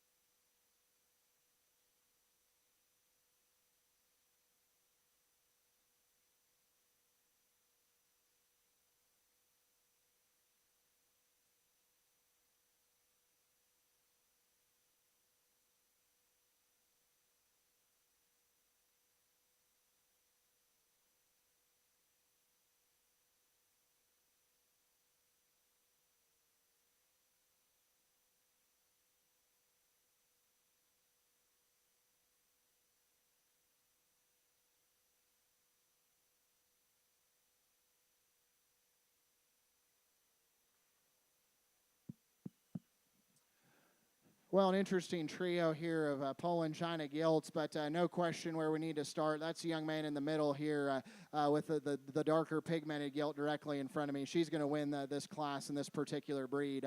This one's balance and skeletal quality is unrivaled.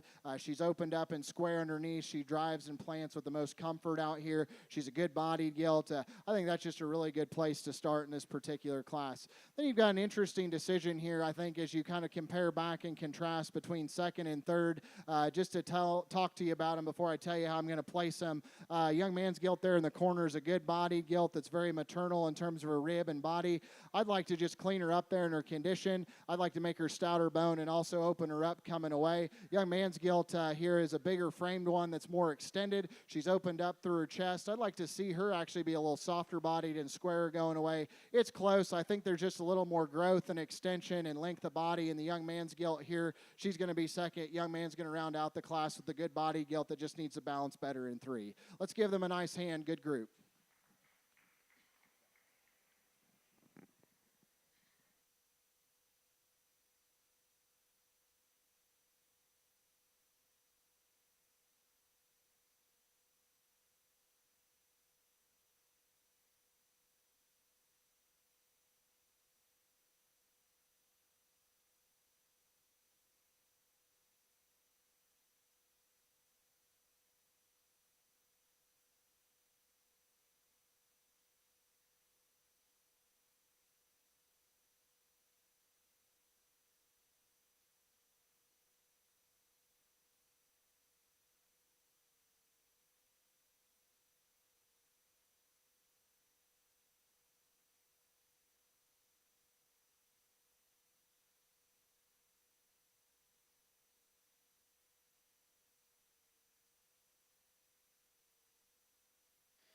In Class 7, purebred Poland China Gilt, our champion Poland China Gilt is shown by Leighton Schroeder of Cumming County. Our reserve champion Poland China Gilt was shown by Barrett Harms of Thayer County. Receiving a blue in that class, Devin Dose of Hamilton County.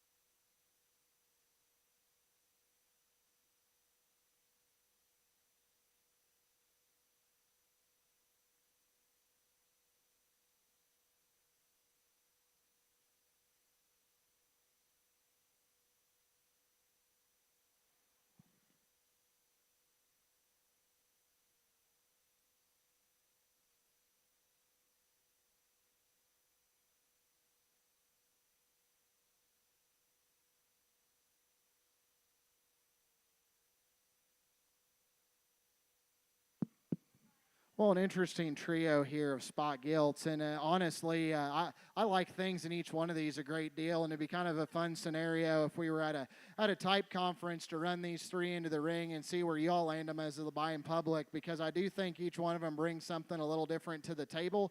There's all things I want to change in each one of these, but ultimately, again, it's just one person's opinion on one day, and I'll describe how I see them to you. But there is one that if we could change her in one area, I think she easily is your class winner, but still, I think there's just too much good and quality to go ahead and beat her, and that's the young lady's gilt here on the far end. She's going to win this class. This one gives you great presence and balance from the side. She's extremely stout featured. She's bold in terms of her forearm. She's good in terms of her rib cage and body. She gives you a great look from the side. She is a little awkward off of her right rear and how she steps down on her pastern, but again, there's things I want to change structurally in the other two gilts that stand up behind her, and I just think there's too much quality in terms of her balance, her presence, her stoutness of feature out here to go ahead and beat her from there. Young man here is going to be next with second. I love the freshness of body and type in terms of her upper rib cage. This one is the opened up square chested one. She's square going away. To me, she just gets plainer in her head and more jammed up front. She's a frailer featured gilt in terms of her bone and foot size. I just don't see her blending and balancing as well. If we could give her more bone and just make her a bit better going away as well, I think she pushes our class winner because of her squareness, her fresh rib and body, just some really good pieces about her. Interesting gilt to land in third because the front 2/3 of this one's body is big ribbed. She's got some extension ahead of her blade. I just read her to be shorter cannoned and a little quicker maturing all the way through. She wants to get a little off in her ham-loin junction, not step down and be a square and true going away as the two that stand above her. But that's one guy that's got some pieces. If you tell me, hey, she makes a bear that comes back next year, wouldn't be surprised. This is a big outline gilt that I love in terms of her upper rib cage. She's opened up through the base of her chest. I think this one gets too awkward off of her rear pastern and leg. If we reassemble her there and keep the rest of her in check, I think she pushes the top end of this class as well. Drop out a pair of gilts. I got plenty of base width and muscle, and I like those things about them. They're relative and related to that, relative to the spot breed. It's going away that we got to change both these gilts. We need to square them up and make them truer and stouter in terms of their bone work and feature. Good class. Let's give those young folks a nice hand.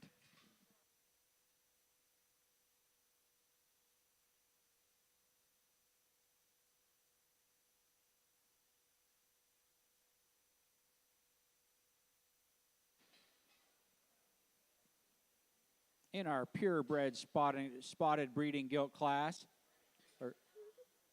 our champion goes to Avery Ruth of Butler County. Our reserve champion goes to Baker Krupicka of Lincoln County. Receiving blues in that class, Wyatt Moat of Gage County, Hayden Schroeder of Cumming County, Olivia Vanderford of Lancaster County, and Braxton May of Hamilton County.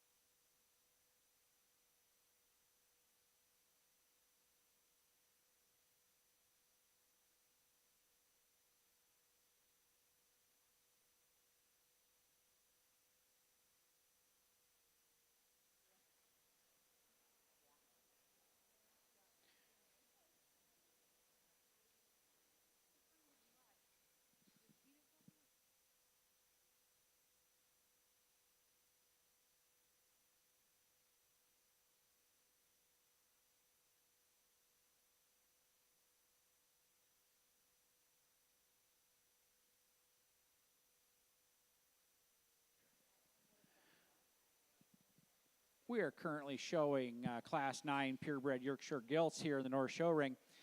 We're going to move through the Yorkshire Gilts, do the all other breed Gilts, and then move into the crossbred Gilt classes. At the end of the crossbred Gilt classes, we're going to do an overall champion that includes all the champions from the purebreds and the champion from the crossbred classes. So we'll do an overall championship Gilt at that time after the crossbred classes.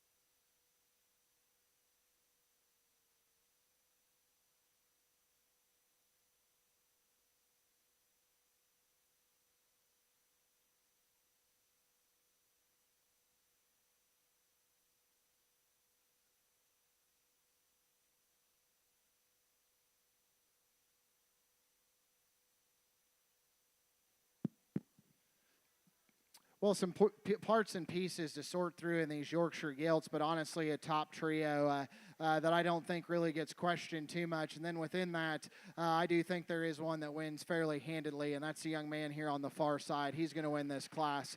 This Gilt is just in terms of her quality, her look, she's exceptional from her hip forward. She's got a great head and neck on her. She's really well balanced, got a great functional underline.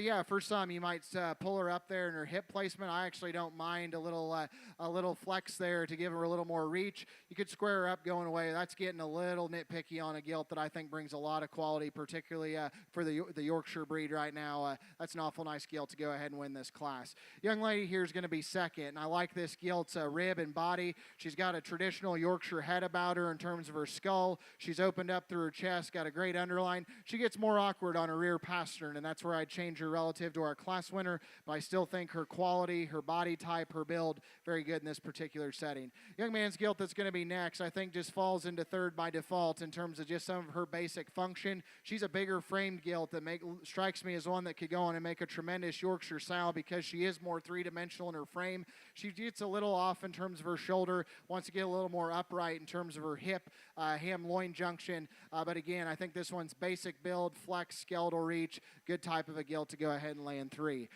Next two that come out very similar in terms of their type and kind. They're in Gilts that have quality in terms of their balance and look. This young lady's Gilt we need to make better better through her front blade, but I thought her quality was good from her shoulder back. Young man's gilt that wanted to be a little bit of a knucklehead out here. I thought from her hip forward, this one was very good. Need to make her square going away. Then we have gilts on down the line that, frankly, I think have body, have feminine feature. We just need to change them in terms of their foot placement, their foot quality, and bone size. Young man's gilt coming out here in 7 is really neat from the side. We just got to give her more lead in her pencil and open her up in terms of her basic width and power, but one that is neat from the side. As we mentioned, hogs down in 7, 8, and 9. We just need to change them from a structural standpoint, but good class. Let's give these young folks a nice hand. Keep up the good work with your Yorkshires.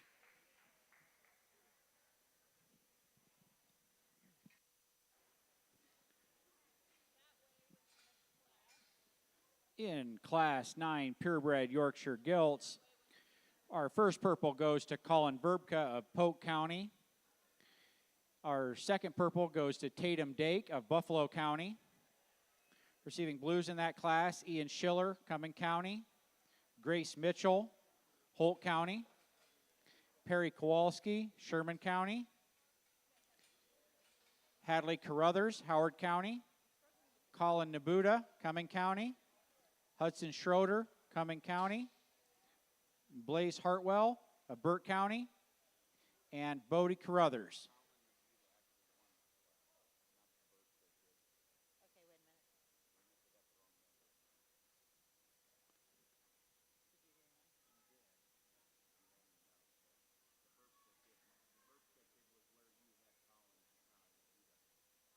I have a correction on Class 9.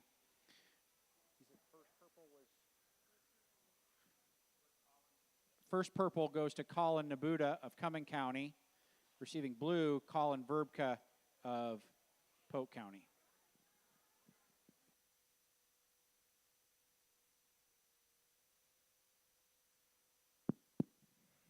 Another good pair here in our Yorkshire Gilt show, and I like both these gilts a great deal. I think they bring a lot to the table, represent good quality in terms of the mother breed here, but the one that does just offer more in terms of internal capacity, maternal function, and rib and body, still offering a little more look. Young man right here in front of me is going to win this class.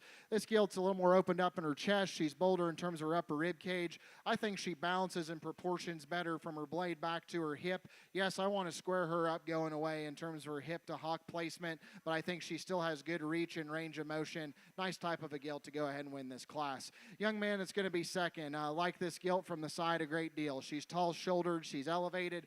She gives you a really balanced kind of a look. I don't think this one's just as opened up or as genuine underneath. I read her to be a little more vertical from hip hock to ground and more vertical in terms of how she steps down through her shoulder. If we could open her up and give her a little bit more forerib and keep her balance and proportion from the side, I think she really pushes our class winner, but that's a nice type of a gilt to lay in second. Let's give those two young men a nice hand. Good class in this Yorkshire division.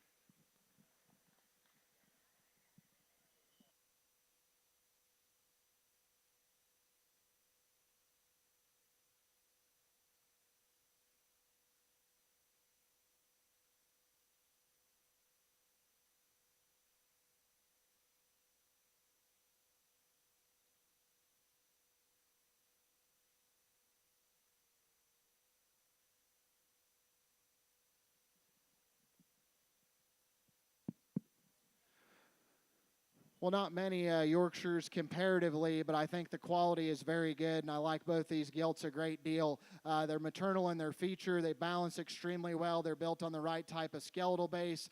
They have a good type of underline and feminine quality. There is one that I think has a little broader reach and range of motion. She's a little neater ahead of her blade, and I still think steps down square and truer from her hip hock to ground. That's a young man out of the first class. He's going to win this breed.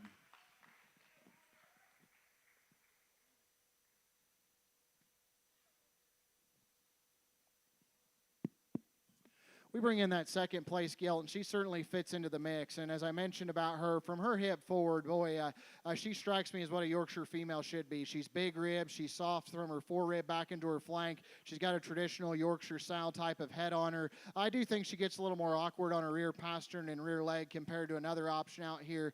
The one that I feel the next most comfortable with in terms of reach and range of motion, still putting together some extras. Young man out of that second class will be reserved.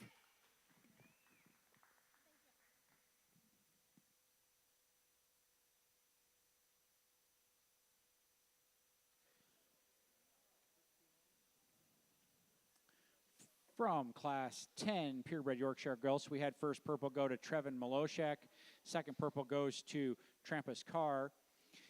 In the purebred Yorkshire Gilt, the champion Yorkshire Gilt was shown by Colin Nabuda of Cumming County. Our reserve champion shown by Trevin Miloshek from Saunders County.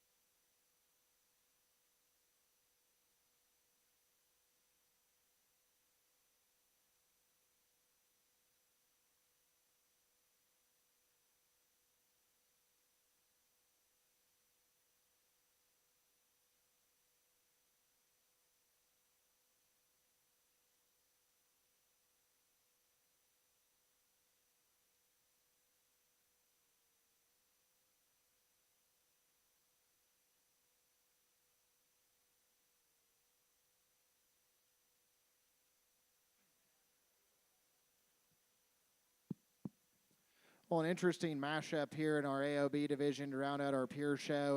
And honestly, again, there's pieces in each one of these gilts that's going to end up down the line that I like, that if you change them in a spot or two, I think really can contend. But ultimately, as I'm going to land on all day, basic build, function, maternal quality, and feature, that's what's going to sort up. And so, again, the one that's going to win this division and win this particular class isn't the most opened up and stoutest, but I think from a skeletal build standpoint, her look, her presence, her balance from the side is unrivaled. That's the young lady's Tamworth Gilt directly in front of me. This one's extremely tall-shouldered. She's good in terms of her rib and body depth. She's feminine in terms of her feature, one that reaches out and drives and plants with a ton of authority. Yeah, she's not the stoutest in terms of her bone work or the most opened up. She's the best one in terms of her basic build and feminine feature. That's why she goes ahead and wins. Depending on where you want to put one of these in here in terms of just where they sit relative to skeleton, I think you can slide these remaining four in a couple different places. I do think the remaining four each have something we got to change structurally in them. Ultimately, there is one that I think does offer a little more reach and flex and comfort. That's the young lady's other Tamworth Gilt. She's going to be second. She's good-bodied. She's one that reaches and has a better type of skeletal base. She's frailer than the class winner. She's not as opened up. But again, I do think she's better structurally than the land race that's going to be third. Now, if you want to slide her up and say, well, Clay, she's the widest, she's the stoutest, she's got the biggest bones, I wouldn't disagree disagree with you. She's just not functional enough up here to get any higher in class. If we give her a new running gear underneath, we can certainly slide her up a spot or two. There's still too much quality, though, not to keep her in the top end of this class. That's why she lands 3. Young man with the other landrace gilt's going to be 4. Like this gilt a great deal from the side. We need to square her up going away and give her a bit more true body and internal dimension. Round out the class, the young man's Hereford gilt that's exceptionally good in terms of her rib and body. I just didn't read that one to be opened up and stout enough relative to her frame size and her kind. But again, good class. Let's give those young folks a nice hand.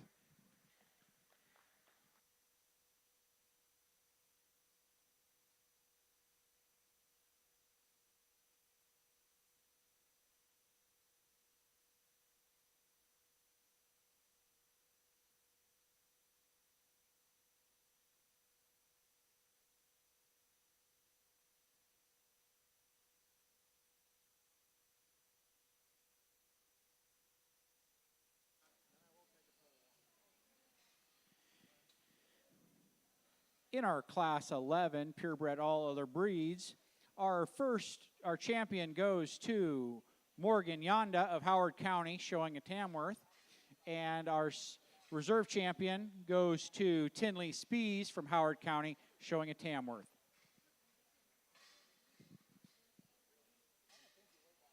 Receiving blues in that class, Owen Gregory of Dodge County, Devin Dose of Hamilton County, and Gemma Clement of Saunders County.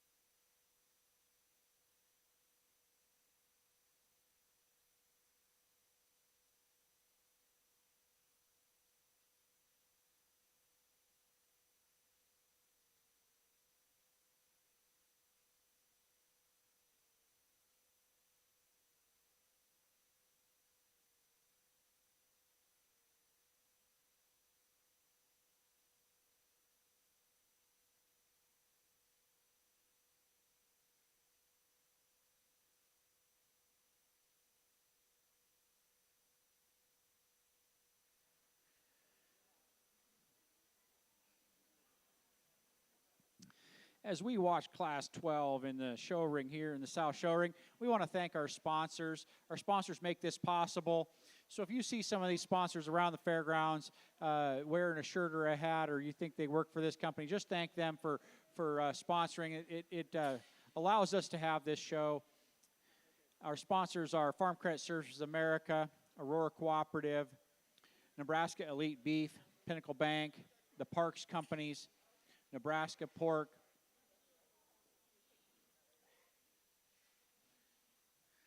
Our judge today is Clay Zwilling from West Lafayette, Indiana.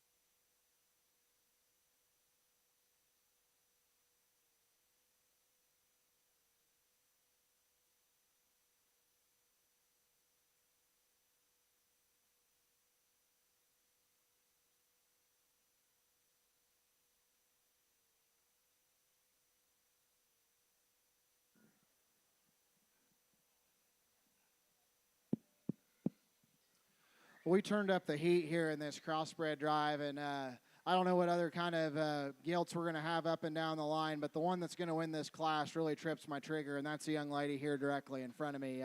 This one is tall-shouldered. She's good in terms of her basic build. She's one that I think, again, you study her in terms of her fundamentals. She's square coming and going. She's got a big old broad skull. She's got great reach and range of motion.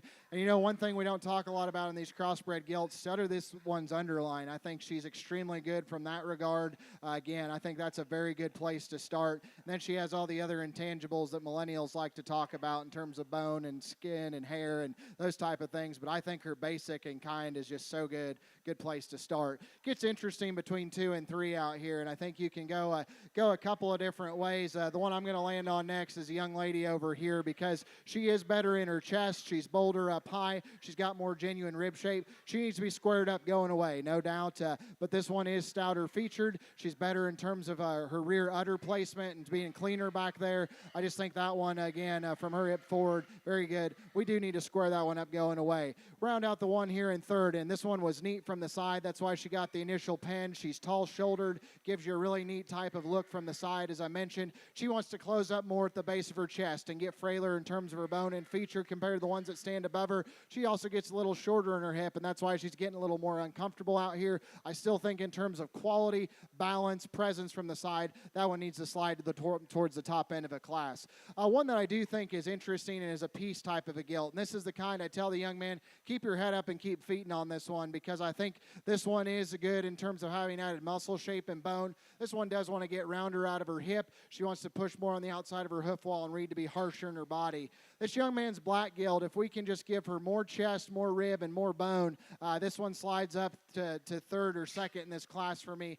I just read her to be a little flatter all the way through and plainer in her just overall makeup. We change that about her. I think we can slide her a spot up or two. The next two blue gilts aren't lacking for muscle and power. They're certainly wide and opened up. I just didn't think they balanced as well, particularly the young man's gilt. She's one that is stout and heavier boned. She just gets a little bit more piecey in terms of her balance and proportions. Young lady's gilt needs to be square going away. Round out the class with the young lady's Berkshire appearing gilt that's got a great underline. She's very feminine ahead of her blade. I thought just ran out of sheer mass and power comparatively. Good class. Let's give those young folks a nice hand.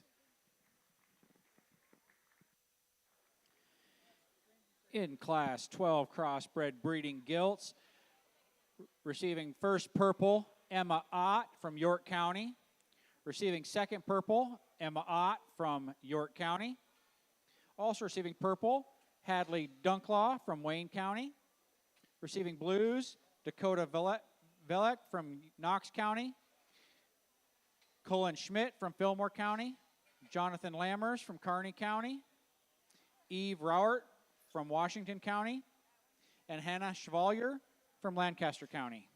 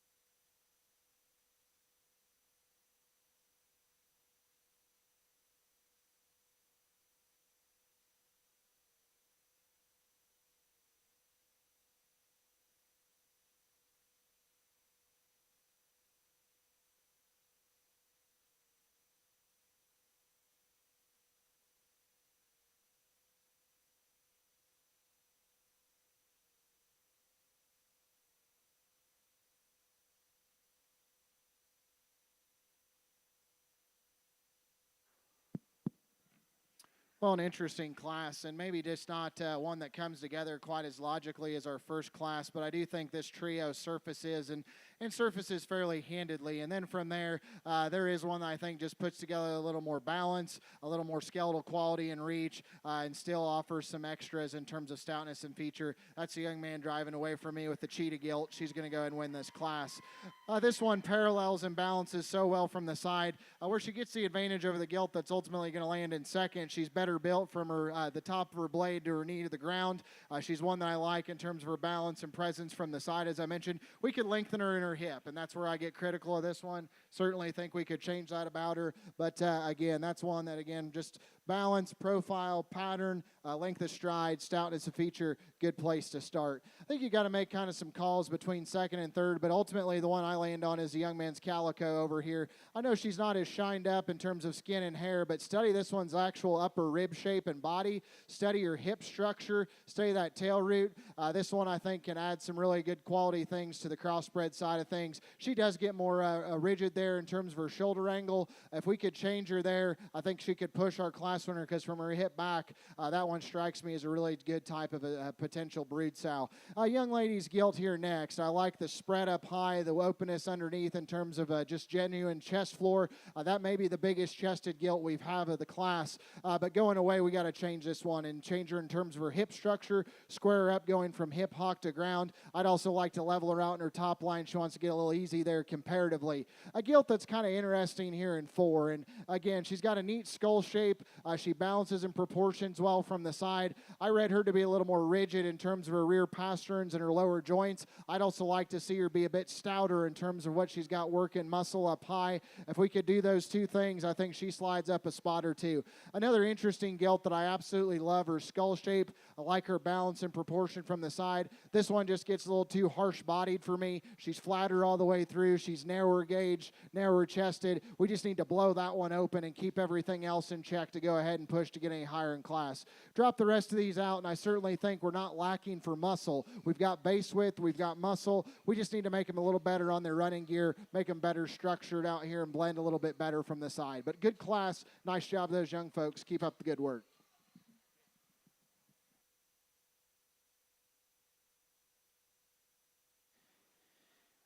In Class 13, crossbred breeding gilts, our first purple was shown by Baker Kerpicka of Lincoln County. Second purple shown by Quinn Reeson of Hamilton County. Also receiving purple, Briley Mosser of Thurston County. Receiving blues in the class, McKinley Stoller of Hayes County. Anthony Haas of Box Butte County. Jamison Prince of Buffalo County. Joe Lambert of Dawes County. And Silas Rauert of Washington County.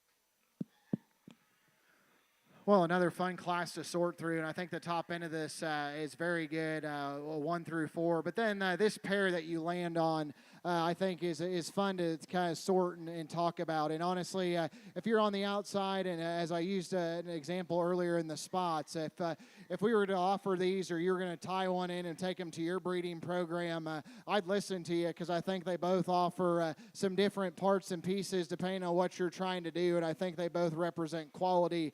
The longer they're out here, there is one that I think I think we use the term unique way too much. I'll just start off by saying that, but I do think there is one that does put some interesting pieces together to be so stout-skulled, be so open-chested, and still so elevated, and still have a great type of range of motion. That's the young lady's Gilt directly in front of me. She's going to win this class. You know, from the outside, there's going to be people that say, well, I don't like her head, and you know what? That's fine, you don't have to, but she's big and broad in terms of her skull. She's big in terms of her rib cage. I would challenge you, as you get off the side of these, to make one that's this good chested, that's got that kind of height and elevation, and still be that stout, have that kind of reach and range of motion. I think that's a very good place to start. Yeah, I'd change her in her head. I might smooth her there in her ham loin ever so slightly. I do think that one is square going away than the one we have in second. I think that's a really interesting place to start. Young lady's Gilt that's going to be second. From her hip forward, I really like this one. She's tall-shouldered. She's got a great head and neck in her. She's assembled correctly from her head into her blade. I think from her forerib back into her flank, this one is very good. The longer the drive we're on, I think this one's short hip gets to be a little bit of an inhibiting factor. She wants to do a little more of the east-west shuffle going away for me. We need to have her reach and go a little bit more comfortably comparatively, but that's still a very high-quality Gilt to go ahead and land in second. Young lady's Gilt that's going to come next. I think this one has some intriguing pieces as well. She's stout-skulled. She's got a neat pattern from the profile. Comparatively, she wants to get more outside of herself, get a little harsher in her forerib, but I think that one brings some intriguing pieces to the table. A blue Gilt that I like in terms of having a maternal body type. She's really opened up from her forerib back into her flank. She's brought up high. I didn't read her to be a stout featured in terms of her forearm and foot size comparatively, but I like this one a great deal in terms of what she brings from a maternal sow feature standpoint. Again, a stout featured one that comes next in terms of her skull shape and her base width. Didn't think her rear bone quite matched what she had up front. Didn't think she wanted to drive and plant with as much comfort. Gilt that comes here in 6. I would challenge you, and this is why I think it's important judges spend time evaluating lineup classes down the line. Study this one's chest when she leaves the ring. This is a big, bold-chested one that's got a stout skull, one that I love in terms of her muscle shape up high. She's not good enough for me in terms of her hip and rear leg. She gets a little plainer in terms of her skull shape, but again, that's a Gilt that has some value still even in the middle part of a class, and that's why we recognize young people. Young lady does a nice job getting that one shown. Hogs on down the line, and 7 down to 11. I think have plenty of quality in terms of balance and presence out here. I just thought in this particular class, Gilt's on down the line, run out of gas in terms of basic width, muscle, and just genuine width and power coming and going. But again, good job to these young folks. Let's give them a nice hand. Fun class to sort.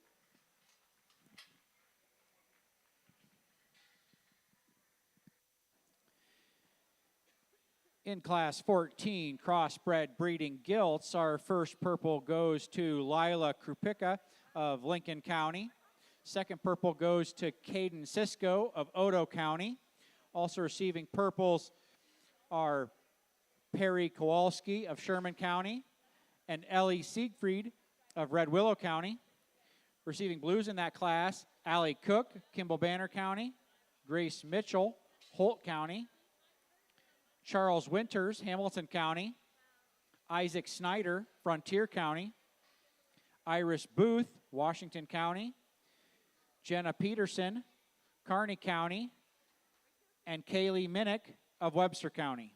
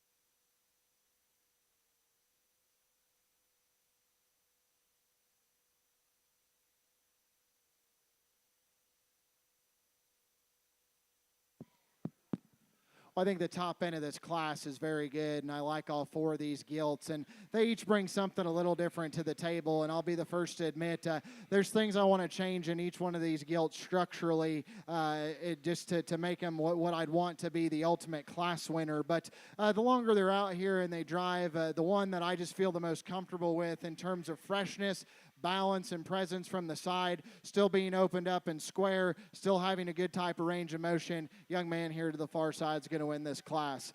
This one easily from the side is the tallest shouldered. She parallels and reaches with the most flex and comfort. She's got a big old back in her. She's square through her chest. She gets a little shorter hipped and maybe doesn't want to reach quite as well as maybe another one out here, but I think in terms of just squareness, balance, proportion, this gilt does a lot of things very well. Going to follow it up with the young lady's gilt over here next, and this one's chest floor, stoutness of skull, rib, and body is very good, and I like those things about her. I certainly appreciate that. She's one that just comes in a little more moderate package than what I consider ideal. She gets a little shorter cannoned. She's not quite as square and true off of her rear toes, particularly on the inside, and I'd like to just see her have a little more going away in terms of her punch. If we could clean her up in her condition, elevate her ever so slightly, I think she really pushes and challenges our class winner. Following up with the young man's black-headed gilt here next, and to be honest with you, the front two-thirds of this one's body is really my kind, because she's tall-shouldered, she's opened up through her chest,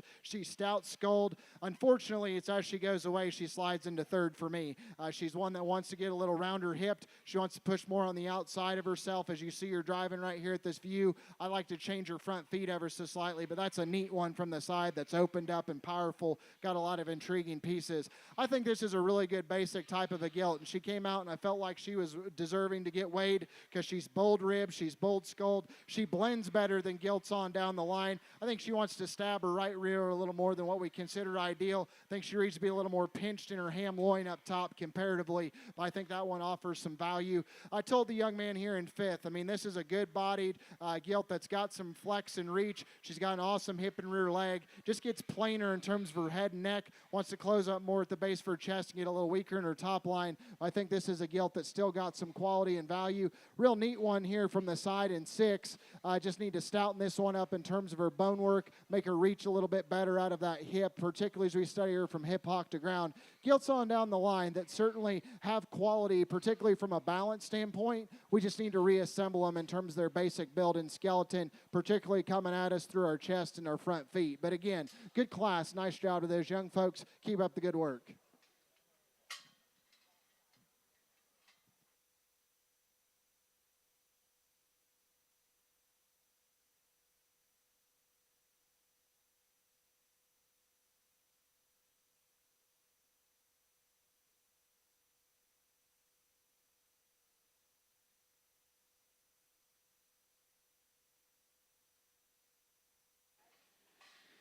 In class 15, crossbred breeding gilts. The first purple shown by Tucker Brandyberry from Harlan County. Second purple shown by Leah Hartman of Dodge County. Also receiving purples in the class, Blake Day from Buffalo County and Silas Rowert from Washington County. Receiving blues in the class, Miles Babcock of Custer County, Baker Beamer of Wayne County, Austin Avery of Knox County, Tinley Spees of Howard County, Jamison Prince of Buffalo County, and Bailey Dahlman of Franklin County.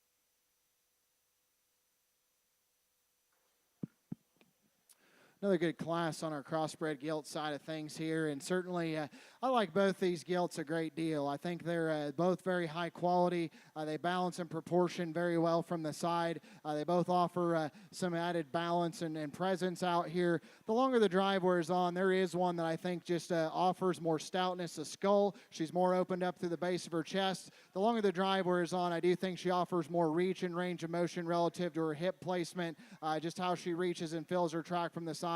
That's a young man's gilt directly in front of me. She's going to win this class.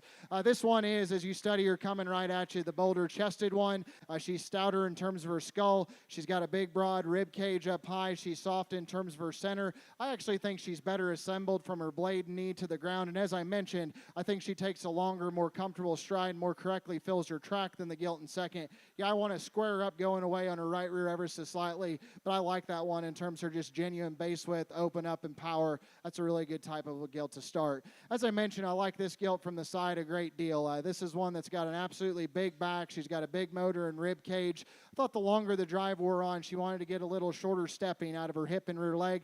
I'd study her right from the top of her hip because she wants to step out and kind of push on her right rear more than what I'd like to consider ideal. And I do want to reassemble her from her blade, but that is a neat looking gilt from the side that's got a big rib, a big top. Again, one that I think has a ton of value and quality. Nice type of a gilt to lay in second for that young lady.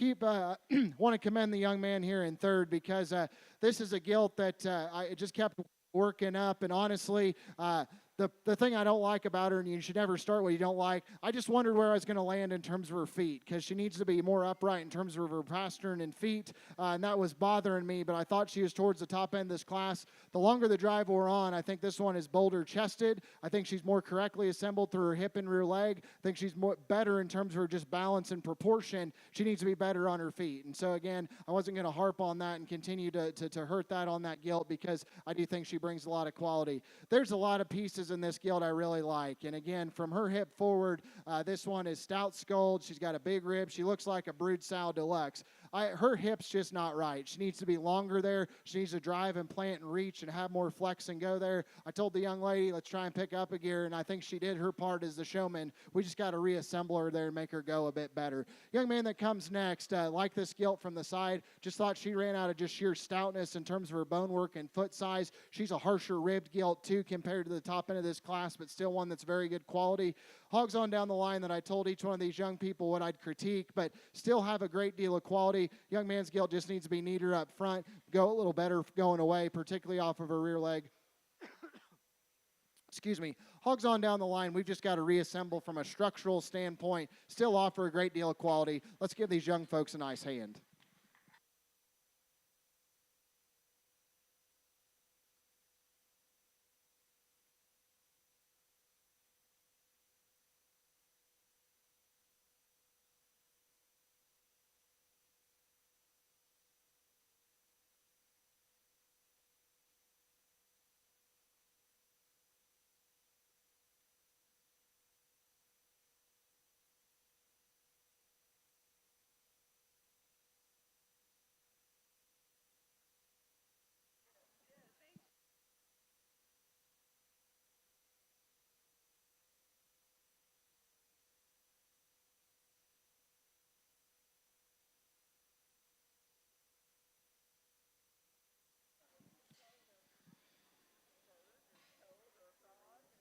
In Class 16 crossbred breeding gilts, receiving first purple, Cade Godekin. Second purple, shown by Eliza Divish. Also purples in that class, Riker Kellums, Cameron Haas, and Brayson Miller. Receiving blues in that class, Carson Haas, Box Butte County, Hadley Carruthers, Howard County, Ryland Johnson, Kearney County, Hunter Snyder, Frontier County, and Callan Strode, Buffalo County.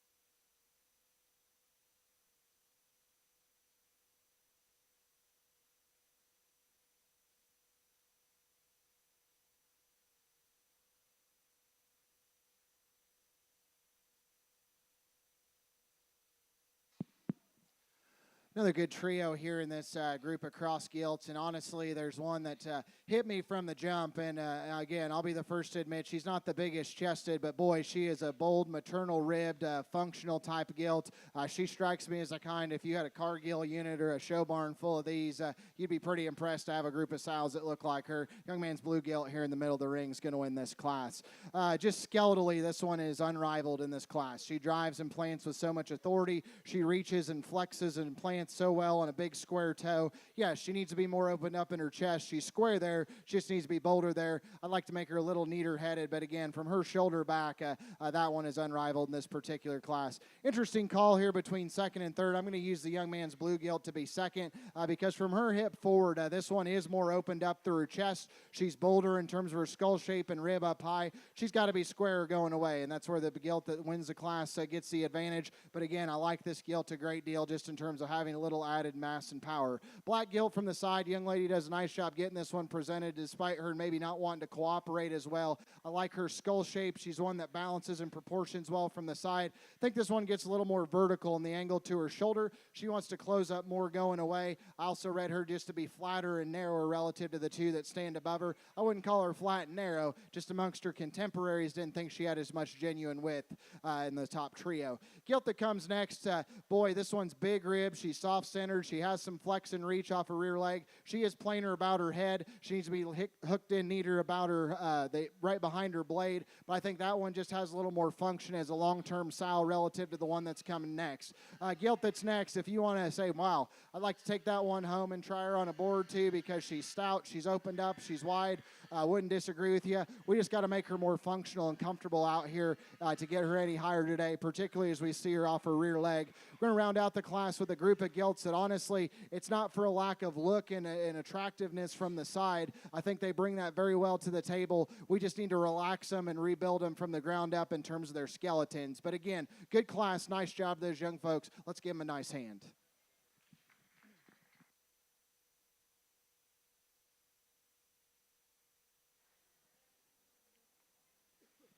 In Class 17 crossbred breeding gilts, first purple shown by Case Brabitz from Saunders County. Second purple goes to Chase Hartman, Dodge County. Also receiving purple, Grace Beamer, Odo County.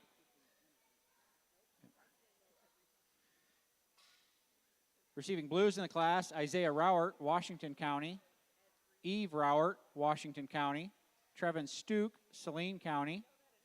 Claire Scheidler from Adams County. And Devin Dose from Hamilton County.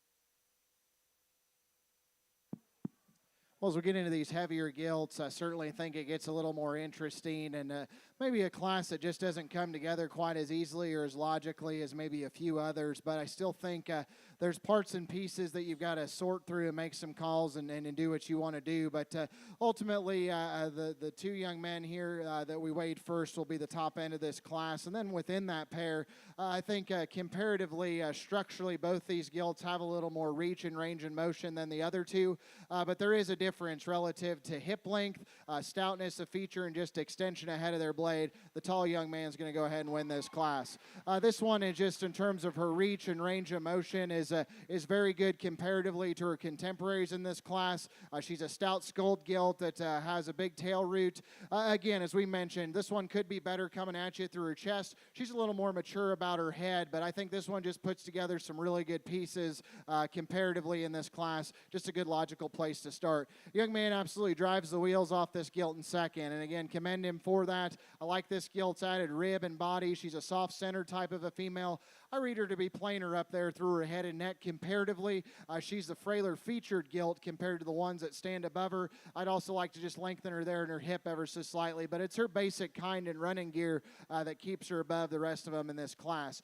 Young man in the blue here is going to be third, and from her hip forward, I like this one a great deal. This one's got an awesome look. She's parallel in her line. She's very good in terms of her chest floor. As you can tell, she gets rounder out of her hip. She's a little tighter there and just doesn't want to flex and reach. You study her outside hoof wall, and I think we need to change her there. That gets her up a spot or two. Young lady's white gilt, again, has a little more range of motion than the one that lands in 3. However, we just need to change her out of her rear leg. She wants to get more bowie back there in her rear hock. She's one that's getting a little more mature up there about her head in terms of her condition. But again, I still think I'll offer some quality in this particular class.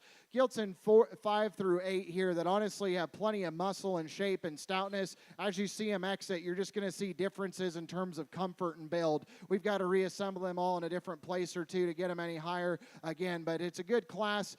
We get into some of these heavier weights. We get into a little more maturity on some of these, but again, good class. Let's give these young folks a nice hand. Good way to round out this particular ring over here.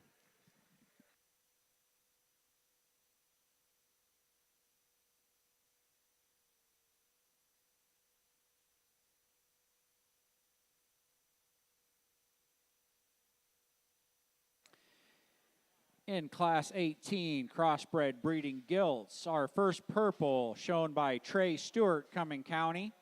Second purple by Braden Schaffersman, Dodge County. Also receiving purples in the class, Kyson Bose, Harlan County. Taitlin Snover, Seward County. Receiving blues in the class, Jenna Peterson, Kearney County. Miles Babcock, Custer County. Kylie Wilkinson, Douglas Sarpy County, and Ella Booth, Washington County.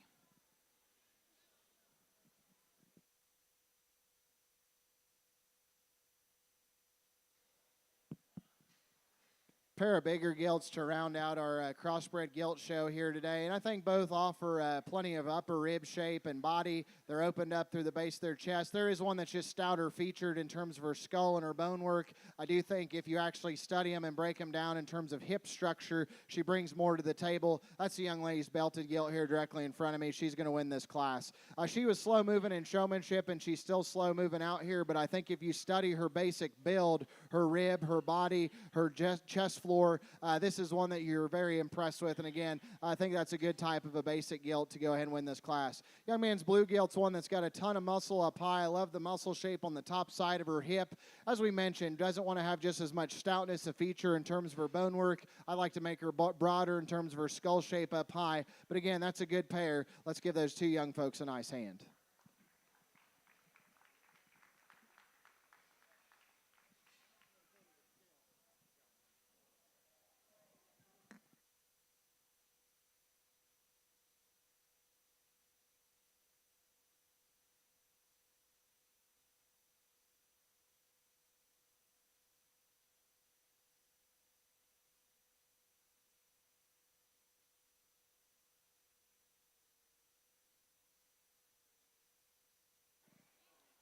That was our final class of the Crossbred Breeding Gilt Show.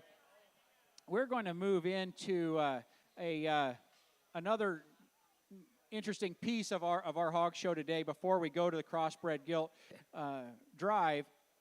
Every one of these exhibitors has owned these animals at the very least since June of this year and have raised them. And so education and the raising of that animal is part of this program.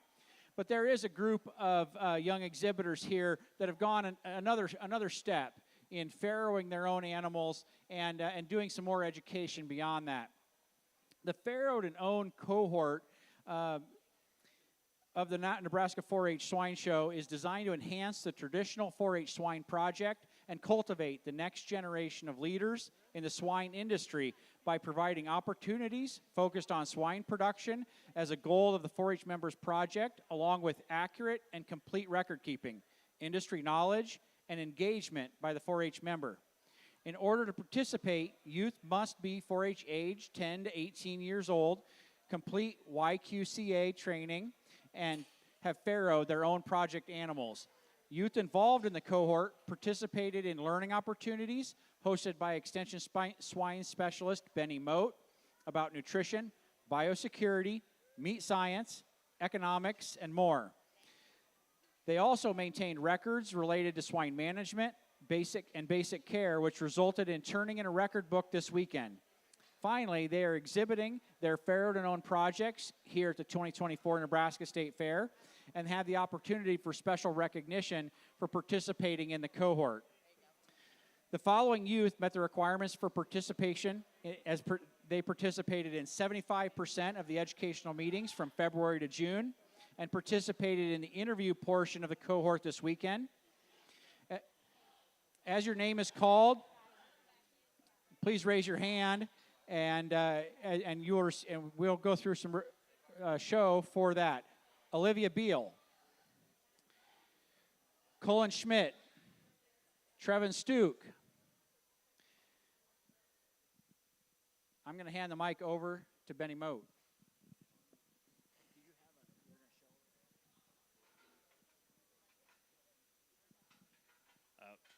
I just wanted to say good job to the young youth here. This is a program that I kind of liked. I followed the NSR, CPS have these events at their big shows where the youth go out, they go that extra mile, they raise the animals, they usually are involved in the breeding, the farrowing, and everything else. So they've done a really good job of being fully involved in the system, so we wanted to take that extra step, and that's why we kind of followed suit with the NSR and the CPS to allow this type of show and to give them that extra kind of recognition. So with that, I'd ask if you put your hands together, congratulate them on their efforts, even before the judge gets to come in and place them.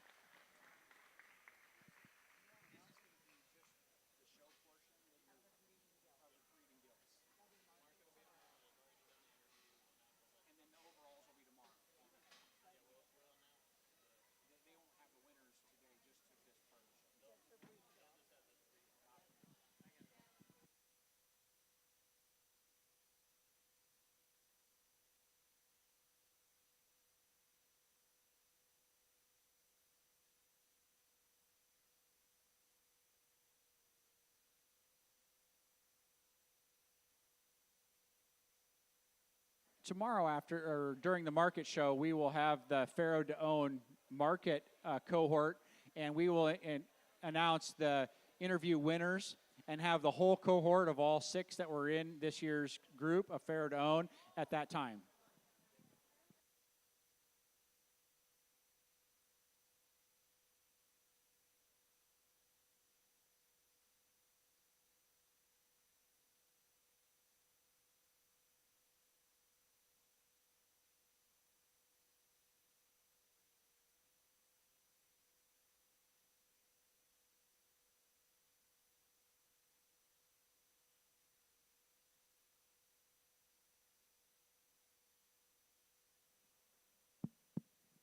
Let's give these young folks here in the ring a nice round of applause.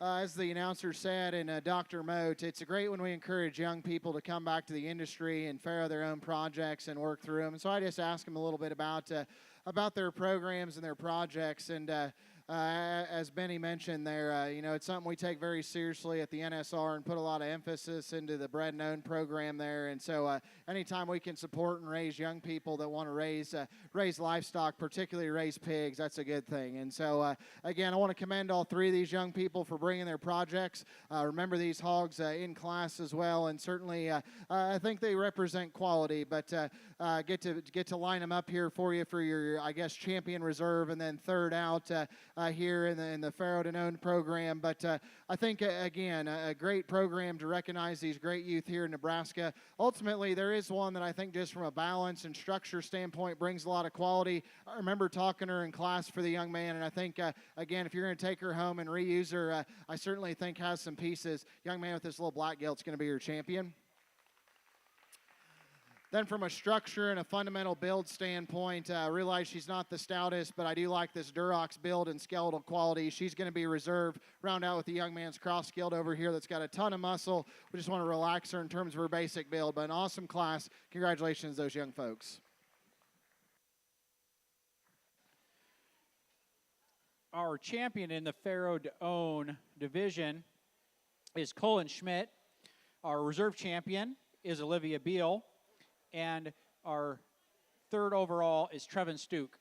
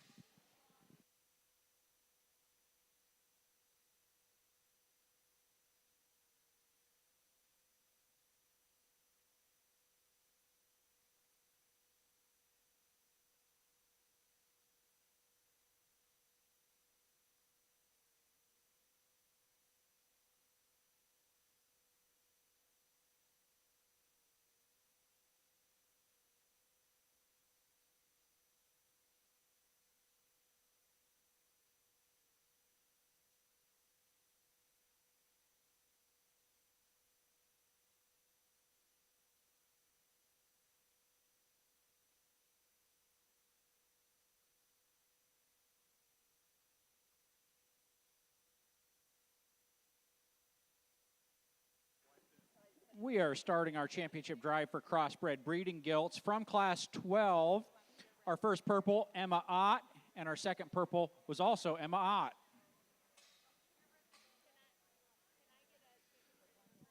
From class 13, our first purple went to Baker Krupicka. Our second purple went to Quinn Reeson.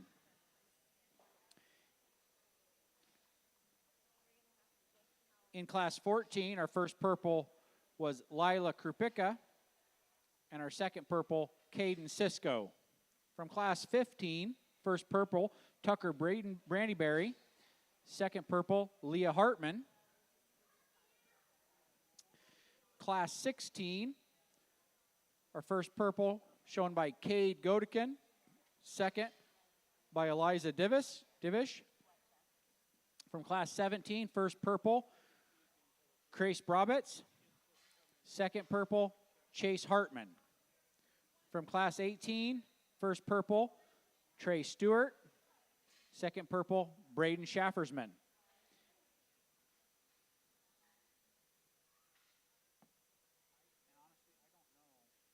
I don't know in class 18, 19. What was class 19? Is that class 19? Yes. And from class 19, first purple, Laura Stitt.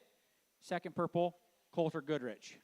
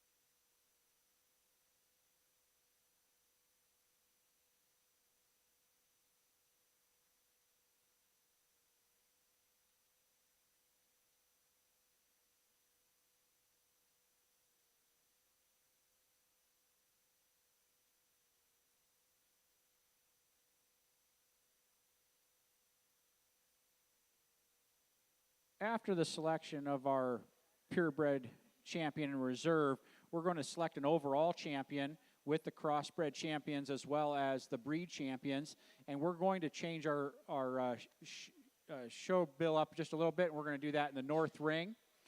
So our overall champion will be selected in the north ring.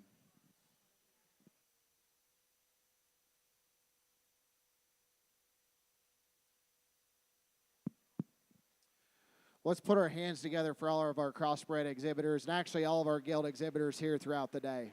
You know, I was excited to get the call to come out here and evaluate on the island here in Nebraska, and certainly I think the quality out here is very good. And, you know, you got through some of those classes, and I think you could make a few calls if you wanted to, but ultimately, I always say when you get on this side of the mic, you just ask for a set that you feel comfortable hanging your hat on and that you feel consistent what you did in those classes. And again, I think in terms of their basics, in terms of build, balance, and presence, these hogs all are very good in that regard and bring those things to the table. And really, it's subtle differences between each one of them, depending on where you're going to set priority and where you want to go. And honestly, this is one of those scenarios that I think there's really 4 or 5 of them out here that are genuinely in contention, depending on who you got on this side of the mic and where you want to sit on things. And so the first thing I want to just say is commend all these young people and breeders and feeders back here, because this is a quality set, and I'd put them up against a bunch of them out here in the country, and I certainly think it's been fun to evaluate here. As we get back and start talking about these hogs, as I mentioned, I think there's a few directions you can go. There's some parts and pieces you can line up, but there is one that, to be quite frank with you, got in my hip pocket the first time I laid eyes on her. And I think that, again, from a balance standpoint, from a skeletal build standpoint, from putting together some extras, she does so many things so well. I'll be the first to admit she ain't the biggest, but she's my favorite. Class 1's going to be your champion.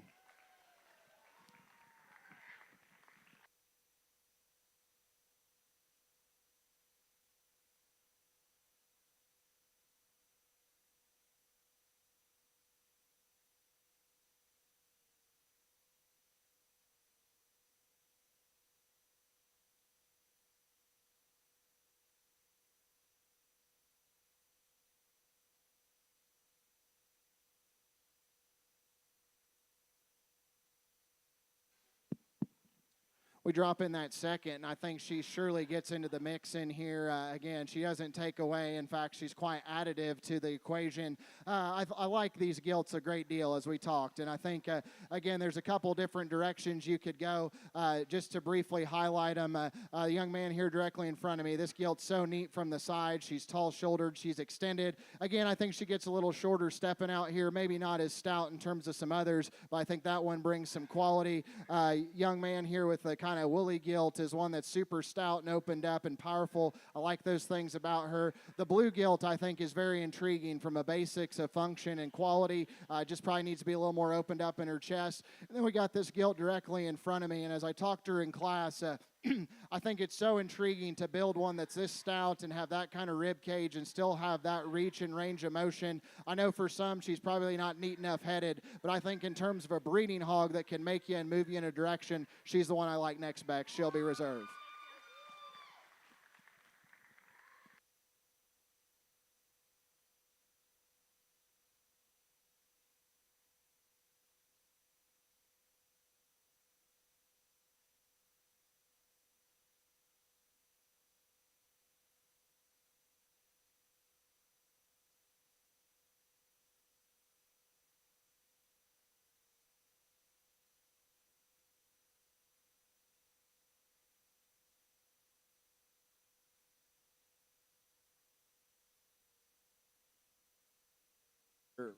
Our champion crossbred Gilt, shown by Emma Ott. Our reserve champion crossbred Gilt, shown by Lila Krupicka.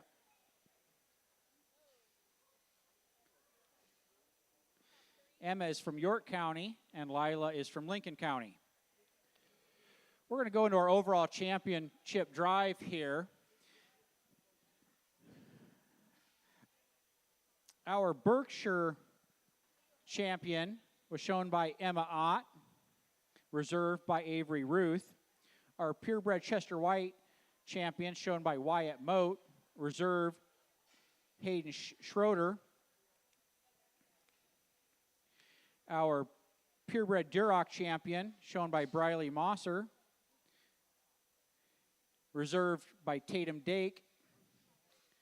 Our purebred Hampshire was shown by Hayden Schroeder. Reserve by Cruz Sims. Our purebred Poland China was shown by Leighton Schroeder. Reserve by Barrett Harms. Our purebred Spotted Gilt was shown by Avery Ruth. Second, reserved by Baker Krupicka. Our purebred Yorkshire Gilt was shown by Colin Nabuda. Reserve by Trevin Miloshek. Our champion all other breeds shown by Morgan Yonda. Reserve, Tinley Spees.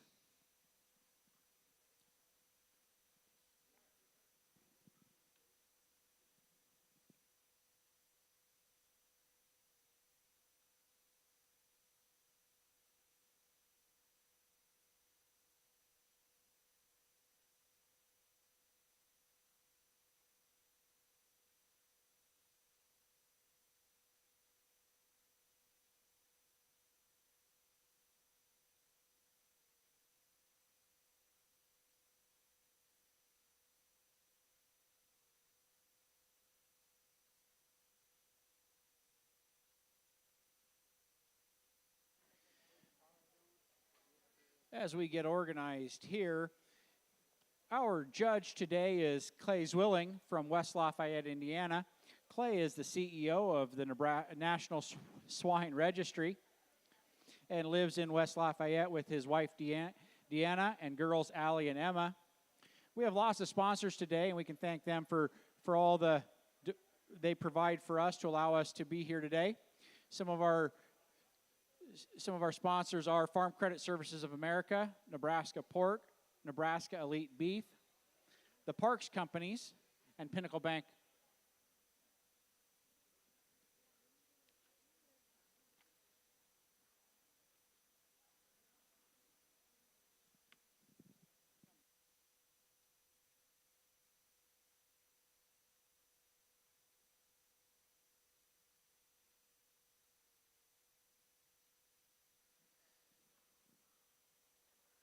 You can join us again here in the Aurora Cooperative Pavilion tomorrow morning at 8 o'clock for our Market Swine Show.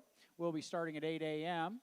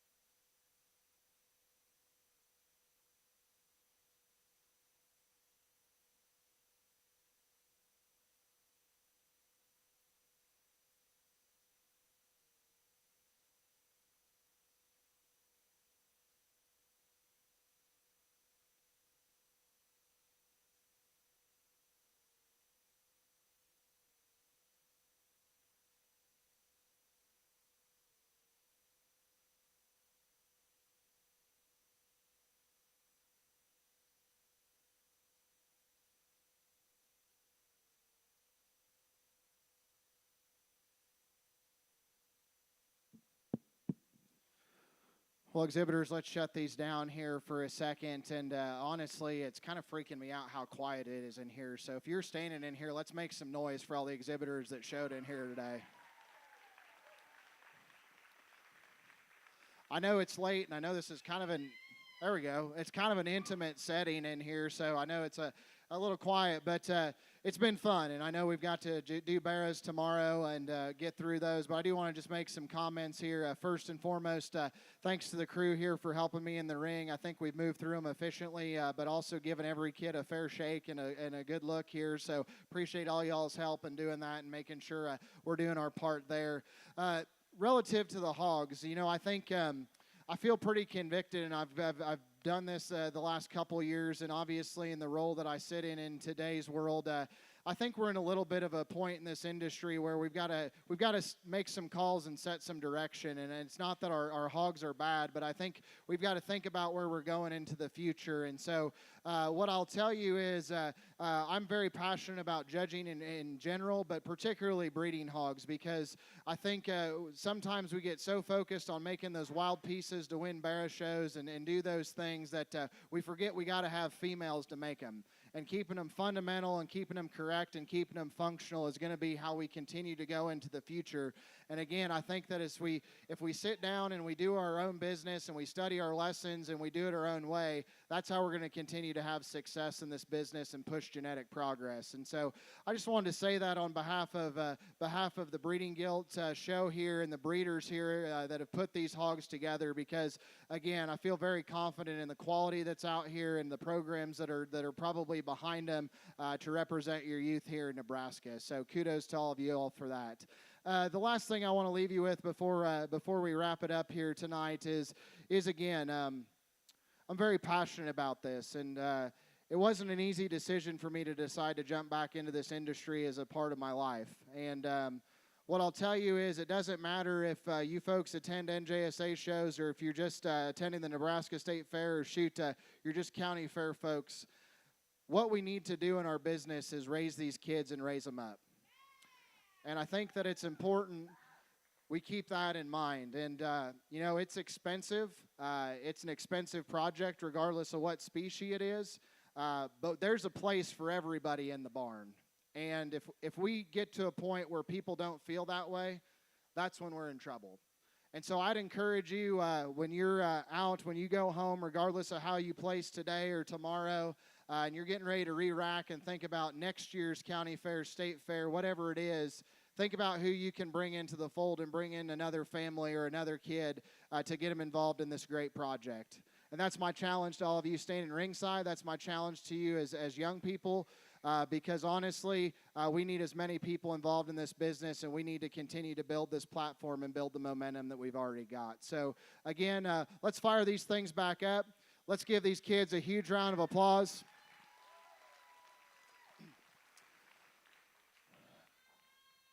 I'm tickled with this set out here, and again, I think the quality is very good. We went through some what I call a little bit of landmines in some of these breeds and divisions where you had to make some calls, but I think this group of gilts is consistent. I think their build and skeletal quality is very good. There is one out here that just really trips my trigger in terms of her balance, her skeleton, her intangibles, the things that put together some extras but still keep them basic. This crossbred's going to be your champion overall.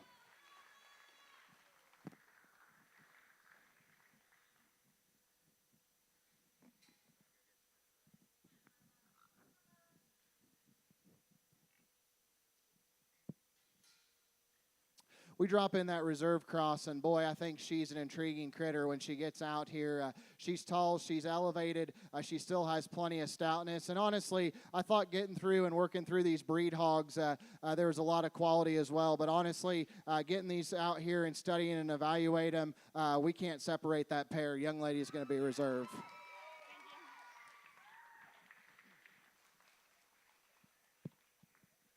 I think it gets tight out here for our remainder of third overall in our pure division. I want to recognize a couple. Certainly think the Yorkshire is in the mix in terms of her build, her skeletal quality. Man, this one is neat from the side. We talked that she could be a little better in her hip and maybe square up going away, but that's getting pretty nitpicky on a very good one. I really like this Poland China Gilt in terms of her basics, her skeletal, and her basic quality and balance. One out here that, again, I think certainly fits in the mix. Just a very good meat and potatoes type of pig. And we got this Berkshire Gilt here that I think obviously from a balance and presence standpoint is very intriguing. She's got a ton of muscle and still a lot of range of motion. Again, that's not taken away from any of those other pures, and this is one of those scenarios that as a purebred guy at heart, I really wish we could do a top 5 and line them up. Ultimately, there is another one out here that I think fits into the mix just in terms of adding a few extras. That Berkshire is going to be third out. Congratulations.